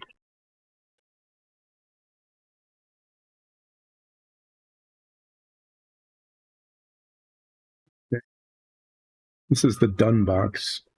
I have a box that actually says done on it, so I know that it's the done box. This is the done box for this, or at least mostly done. This is the nameplate.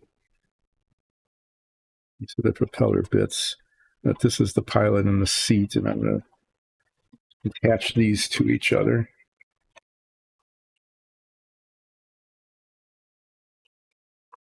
And fix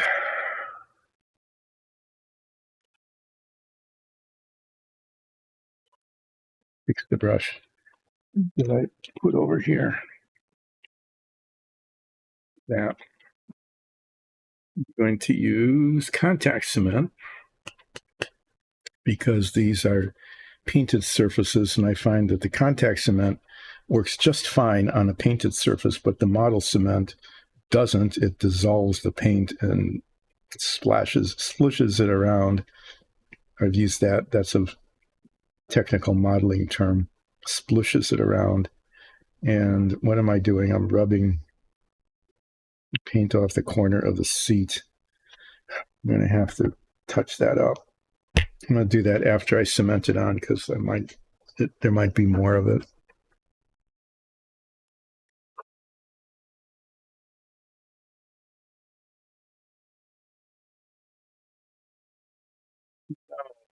Where did it go? There's a pair of pliers here that's been here forever that I need to use to take the cap of the contact cement off. And when things got cleaned up, it disappeared. I have to find it. I'll be right back.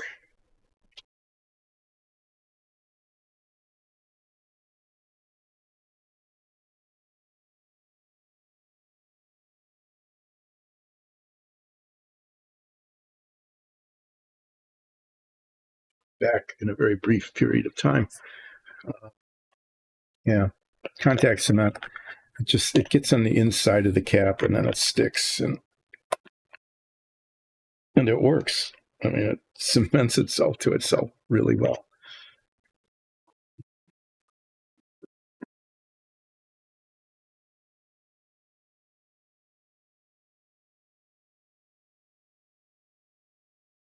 I've said many times I like using this because it's very forgiving compared to some other adhesives, compared to CA glue, which a lot of people use.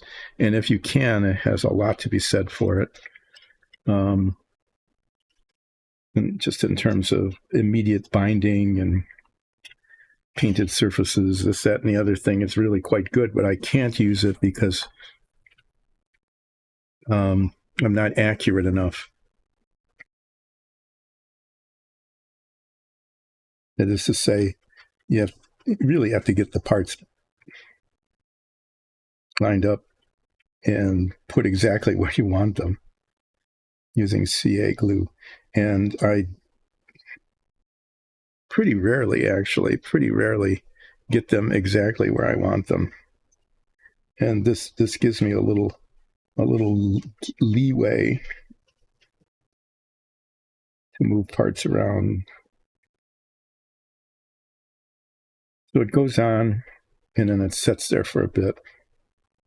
They actually tell you to wait 15 minutes. I've hardly ever waited that long.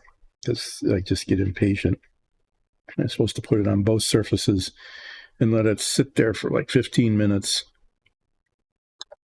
and then put the parts together, and it grabs onto itself. And it works on a lot of surfaces, metals, plastic, painted plastic,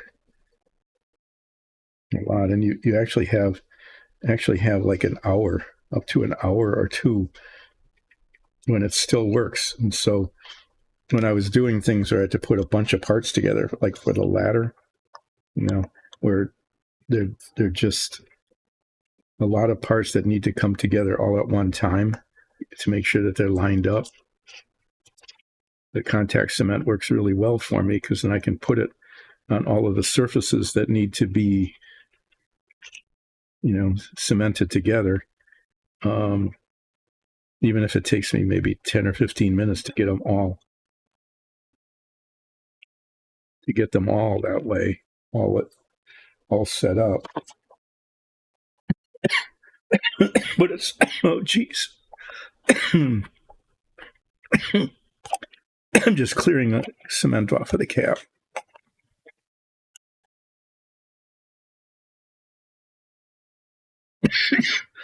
But it's still good then.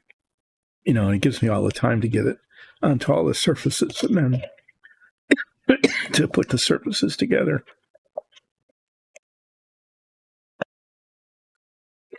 I use that for the ladder, for the Apollo escape tower. This is pretty solid. Just aspirate it a little bit.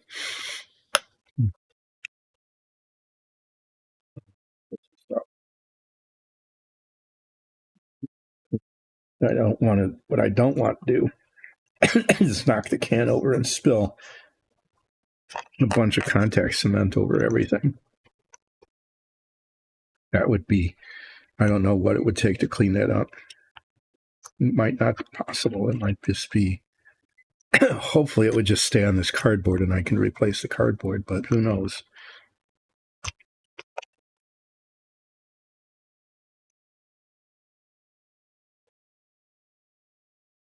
Okay, well, this doesn't want to give up.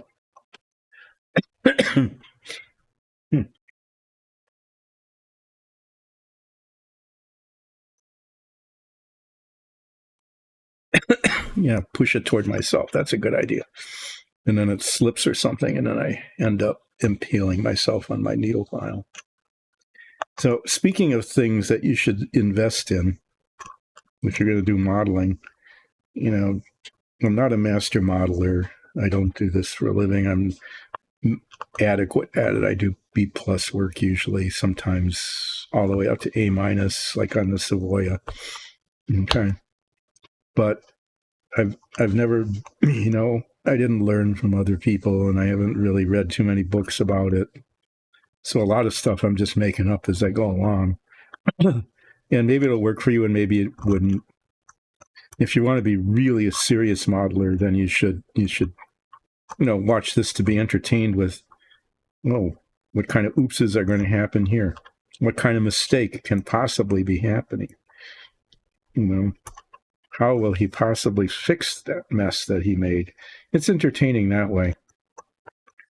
But you aren't necessarily going to learn a lot of techniques. But what you will learn is if you're just sort of starting out and you're kind of casual about it and you've got a very limited budget and you want your models to look pretty good, not like the quality that you could take to a hobby store and sell for $100 or something, but pretty good. So you look at them and go, hey, that looks pretty good. You can watch me do that, because that's what I usually end up with, is it looks pretty good. And because I'm pretty limited in what I can do, I never do anything that you can't do. Okay, so that's an advantage of this stream compared to streams where people really do know what they're doing, is they might be doing things that, unless you practiced a lot, and if you're just building a model or two every year, you're not practicing that much. Unless you practice a lot, you might not be able to do what they can do. I know that I can't. I can speak from my experiences. I can't do what they do. And so, I'm just doing what I can do, and what I can do. If I can do it, you can do it. I can say that with great confidence because I'm kind of limited in what I can do because of, skill level and age and that kind of stuff. So there, now, the pilot is stuck on the seat. And then I can, and this little tab right here, right there, that's the only contact point that holds the seat in place. It's not very much. And so when this is, before I put the canopy over the top of it, I always remember to do that, cement this in before cementing the canopy on. That would be a wise choice.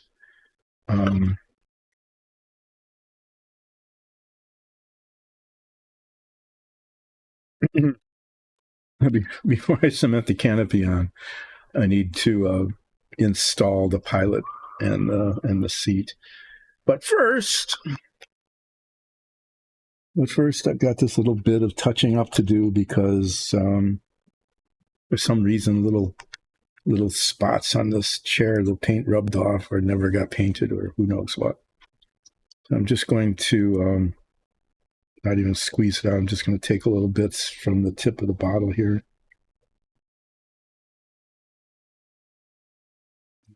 Cover up the flaw.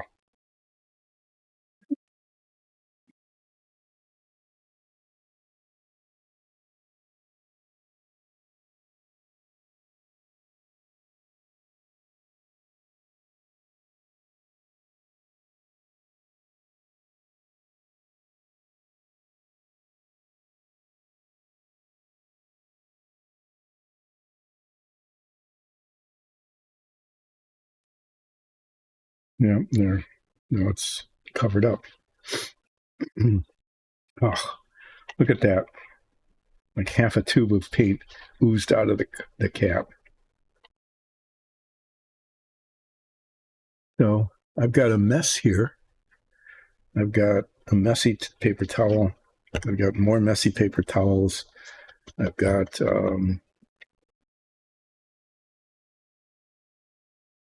I got paint all over my finger. Right at the very end, I was touching up a spot like the point of a pin, not even the head of a pin. It's just a pinpoint that needed to be touched up with the green paint. And that gave rise to the biggest mess of the day. Wow. That's the stream. That's how this stream goes.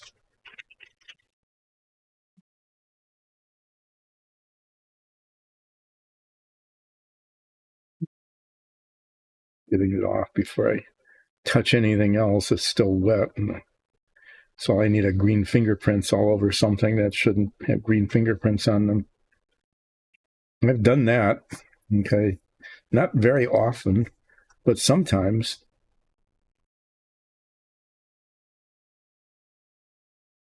Sometimes I get my finger in the paint. When that happens, it's always, sometimes it's really shocking. It's like there wasn't even any paint where I touched it, and I didn't touch this paint. And then I've got paint on my fingers. It's like it leaps from the surface, leaps right from the surface that I've been painting onto my hands, and then I didn't know it, and then I touched something else, and I turned the model. And this really, really nicely painted, red fuselage now has a green fingerprint on it. Just don't understand how that happens. I suppose I could go back and watch the thing on YouTube and maybe identify what I did if it was on camera. I'm going to throw this away before I make yet another mess.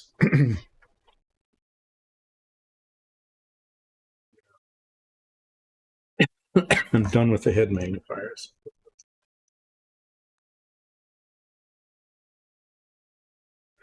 Now you might say, and now what? What yet needs to be done? Well, of course, the canopy, the cockpit area needs to be masked, which I'm not going to do on the stream today because I want that paint to be thoroughly dry before I mask it. Otherwise, it might pull off, and I don't really want to come back and be doing a lot of touching up. There are things yet to be done in addition to painting the fuselage silver, aluminum, not silver. It looks silvery, but it's really aluminum. So this is done, that's done, this done. These are painted. I'm going to show you how this goes together. And the other thing I need to do is I even wrote this note that says canopy, because the canopy needs to be masked so that it can be primed and painted. This box is mostly empty, except for the canopy and the decals. The decals are wrapped up inside the paper towels here, and there's actually quite a few of them that go on here, like up here and on here and here, in addition to the big ones, little numbers, tail numbers. Well, putting the decals on is always, for me at least, always more difficult than you would imagine. When I was young, building models, the decals were just like, you let them sit in the water, they float around, you stick them on, they're mostly straight, whatever. But for some reason, it seems to have become a more difficult task as I'm trying to make these models look better. Well, here's the canopy. It's really big, okay? And it has these, which are really actually quite large, areas where the metal frame is, okay? Here and here, and they didn't paint them on the cover, the model cover. No, and there's stuff. Hate that. At least it's going to be in a painted area, but there's just excess plastic like flashing here. If you can see it, here in the corner and here, that needs to be sanded off without marring. I don't want to mar the clear part. So what's going to happen is that the clear part, the part that isn't the raised edges, which represent the metal parts that hold the frame together, that hold the plexiglass together, those, it needs to be masked except for those. And I'm going to, if I'm looking on the inside, I'm actually going to mask the inside as well. I did this with the Savoya, and it's not essential, but it makes it look better. So when you look through the canopy and you see this edge, you want to see that it's painted the metallic color, not just the clear plastic. So on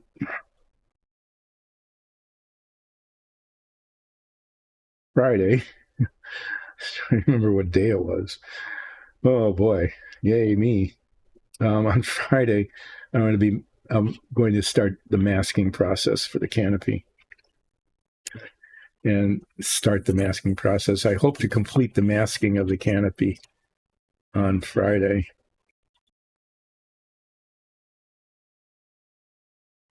And this needs to be assembled. So let me show you how it goes together. And I'm not sure if I'll end up cementing it today or not. I'm guessing not. Here, all these parts come together. So this bit here, okay, the small parts in the front, like this, okay, and then these gears go on, and the gears here, that's the thing that holds it on. The gears Oh, I'm going to drop these on the floor. Am I not? The gears are pointed to the inside. Kind of counterintuitive, but like this. So that. And then the small propeller goes here. And those gears are supposed to mesh with those little protrusions there. And the same thing here. And then these things go on the ends and hold it together. And what's supposed to happen, which actually sort of works, is that if one turns one way, the other turns the other way. But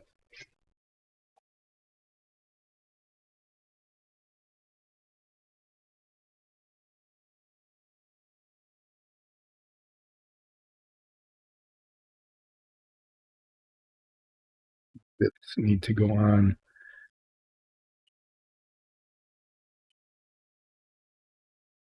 It needs to hold tight like that.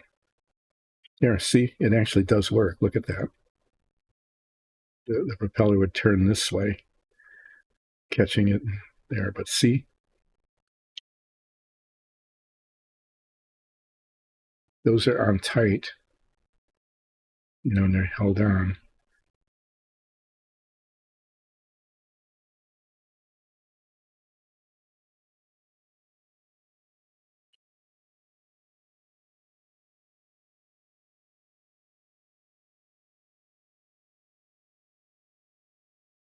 Working a second ago.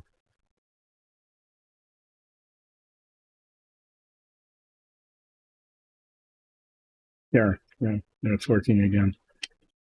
It's clumsy, but it does work.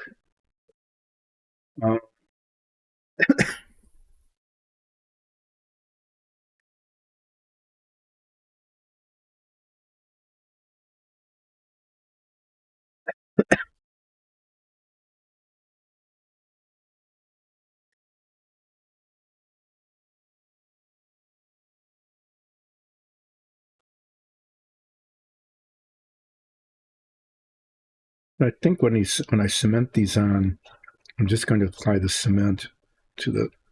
No, I have to be careful not to get it on so that it there. Now it's working. Kind of. I'm supposed to put like a mineral oil or something on the gears. I have mineral oil.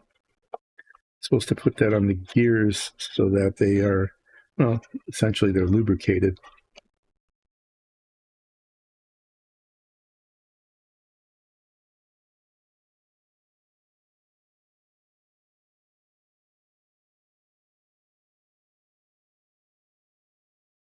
And these need to be cemented to the shaft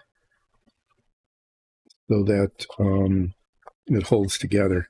And then the nose cone just goes on like that when it's all assembled. That'll be easy. So I'm thinking on Friday, well, this is what might happen, and I don't know if it will or not, but what might happen is that I will mask the cockpit area on the fuselage. I'll show it to you. It's always a risk in doing this, but I'm going to show it to you. Okay. The cockpit area is going to get masked. Okay. So it doesn't get painted silver, aluminum. Why do I keep saying silver? I don't know. It's not silver, it's aluminum. That'll get masked, and then this whole thing, all of this is going to be painted aluminum. Probably 3, maybe 4 light coats. Need to be light coats, thin coats, so that the paint doesn't alligator or drip or bubble. I did that on other models, and it was nearly a disaster.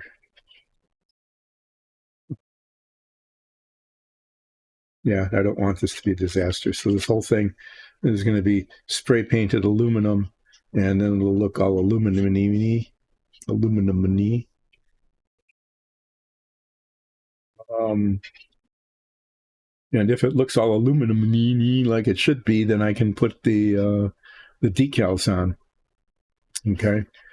So what I really hope I can get, this paint's almost dry, but I don't want to rush it.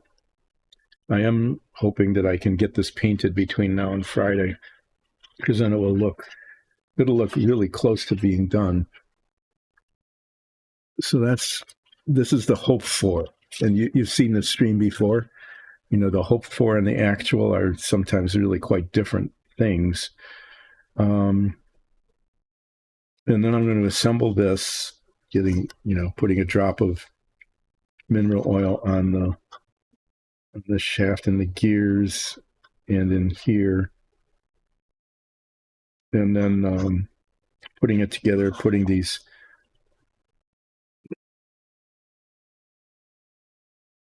the retainer rings.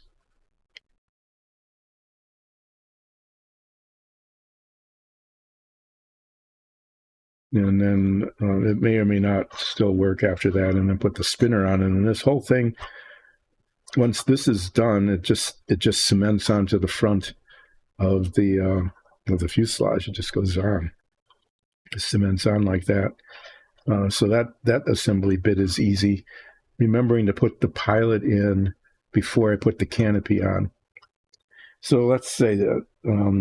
So today I took these off of the tape and painted the ends yellow. I got the yellow on it.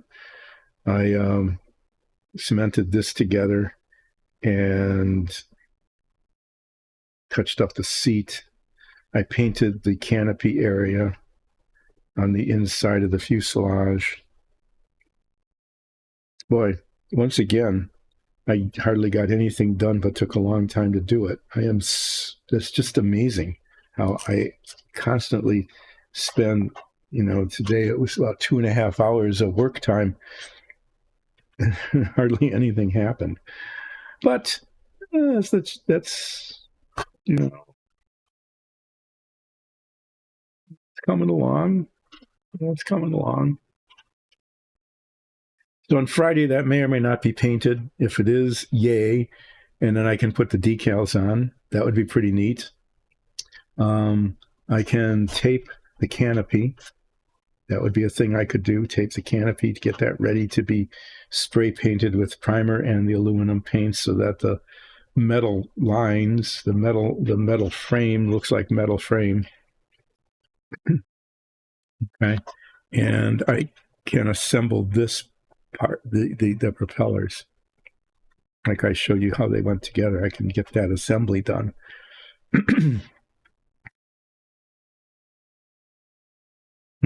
Yeah, I'm not going to stick the propellers on until really, really close. I probably will put those on before I attach the canopy. But the canopy is going to be taking a lot of time. I mean, it could take the entire stream just getting the masking correct. I'll just say that at the pace that I work, and the intricacy of the work that needs to be done. We'll see. Yeah, that's the kind of stuff that's going to happen. The really, really big deal, though, is getting the plane painted metallic. And until that happens, yeah. But once it happens, then it's really close to being finished. And I need to be thinking about what I'm going to build next. I really do. It's kind of shocking in a way that I am now getting to the point where there may not be much to do. Friday, there'll be plenty to do, one way or the other. But next week, if all I'm doing is putting on the spinner and applying some decals and attaching the canopy, that's not going to fill it up. I need to decide what to do next. And what I'm thinking is not building the X15. I talked about that because the model kit is worth $100 or more. And I don't want to, I don't know, I might just try to sell it rather than build it. Um,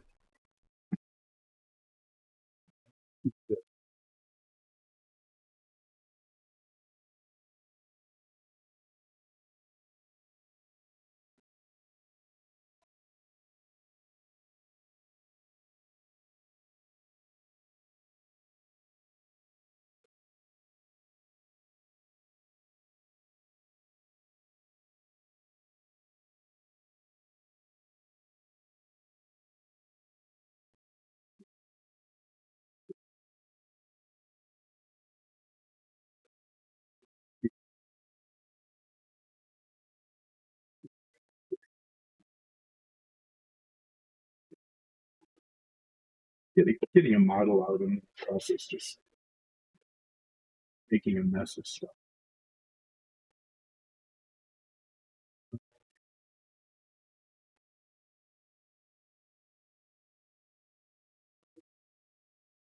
Do this, I think. I'm going to do the 65 Shelby GT350. I'm assuming it's all in here. Yeah, it's just the way I bought it. I bought it used. It's still in the original packaging. Let me take this out and see what I'm getting into. The thing is, though, this is molded in white. I'm guessing there's blue decals, okay? But I don't want it to be white with a blue stripe. I want it to be blue with a white stripe because it looks so much better that way.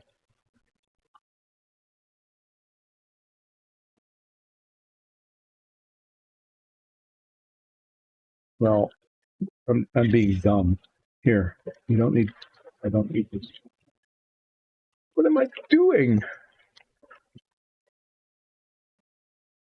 Close the box. Don't make me mess. You're messing around with something. Good grief. Good grief. What am I doing? What? I want this to be blue with a white stripe.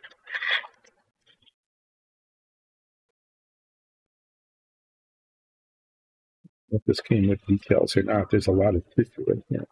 Let's unwrap this and see what's going on. They should be,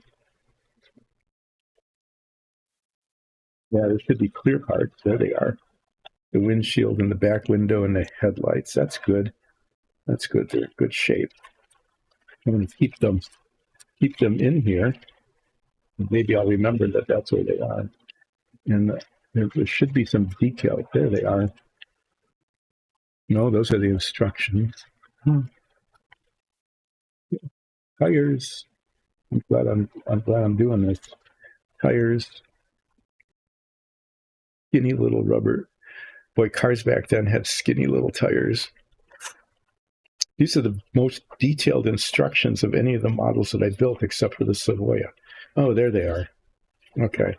So this comes with these decals, and the stripes are going to get painted on anyway. So I can paint it white, mask over where the stripes would go, and then paint it blue, so it'll be blue with white stripes.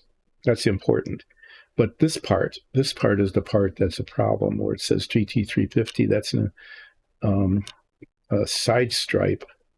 And if I put a blue on blue, it isn't going to show. What I really want is an aftermarket decal, where this is white where the stripe is white, okay, and the lettering is white, so it shows up against the blue. I don't care about the license plate.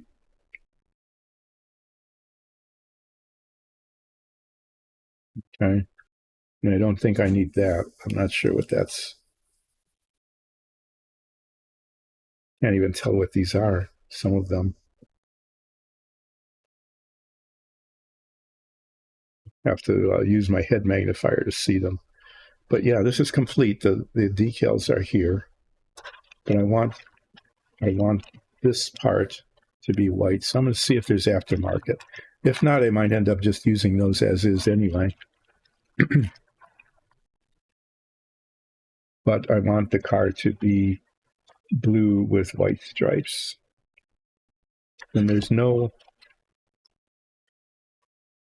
should be chrome parts.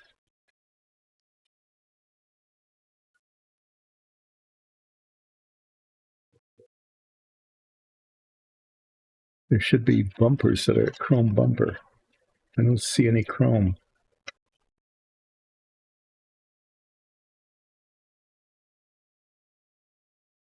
Weird. Here? Oh, there they are. Okay. Oh, okay. There's a lot of chrome.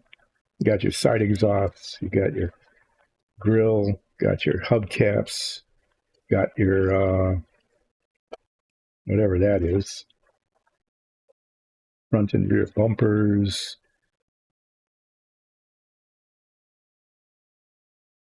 Engine parts. Stick shift. Oh yeah. Okay. Cool.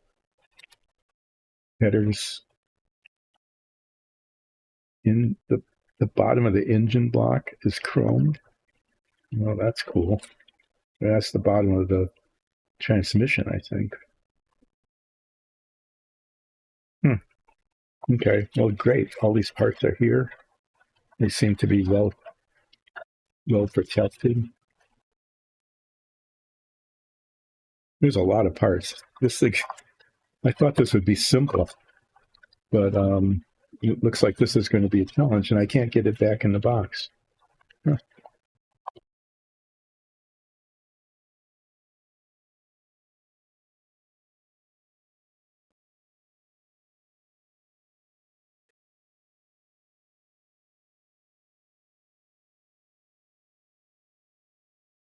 What are they doing? Okay, none of this is right. They're putting the windshield and the back windows in before it's painted. Oh, that's because it's white, and it's just white with a blue stripe. So they weren't planning on having it being painted. But the body has to be painted before any of this happens. Oh, detailed dashboard. This is a good thing to do for next year.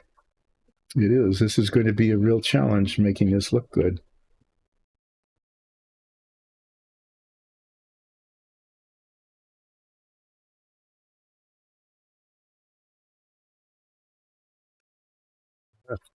This is even got a radiator hose.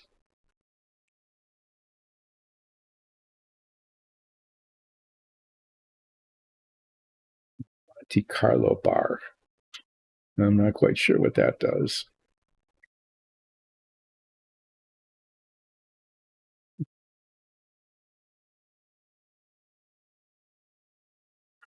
I don't know if this is a good idea or not. I'll be finding out. Backup lights, rear headlights. Oh, these should be red. I wonder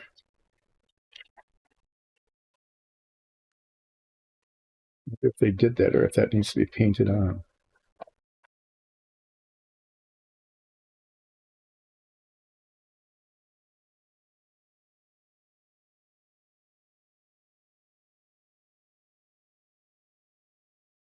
Yeah, they have to paint. Sometimes cars come with red transparent plastic, and they would be like a frame like this, and then the red transparent plastic would come in from the back, so it would look, pretty cool. But in this case, it's just painted.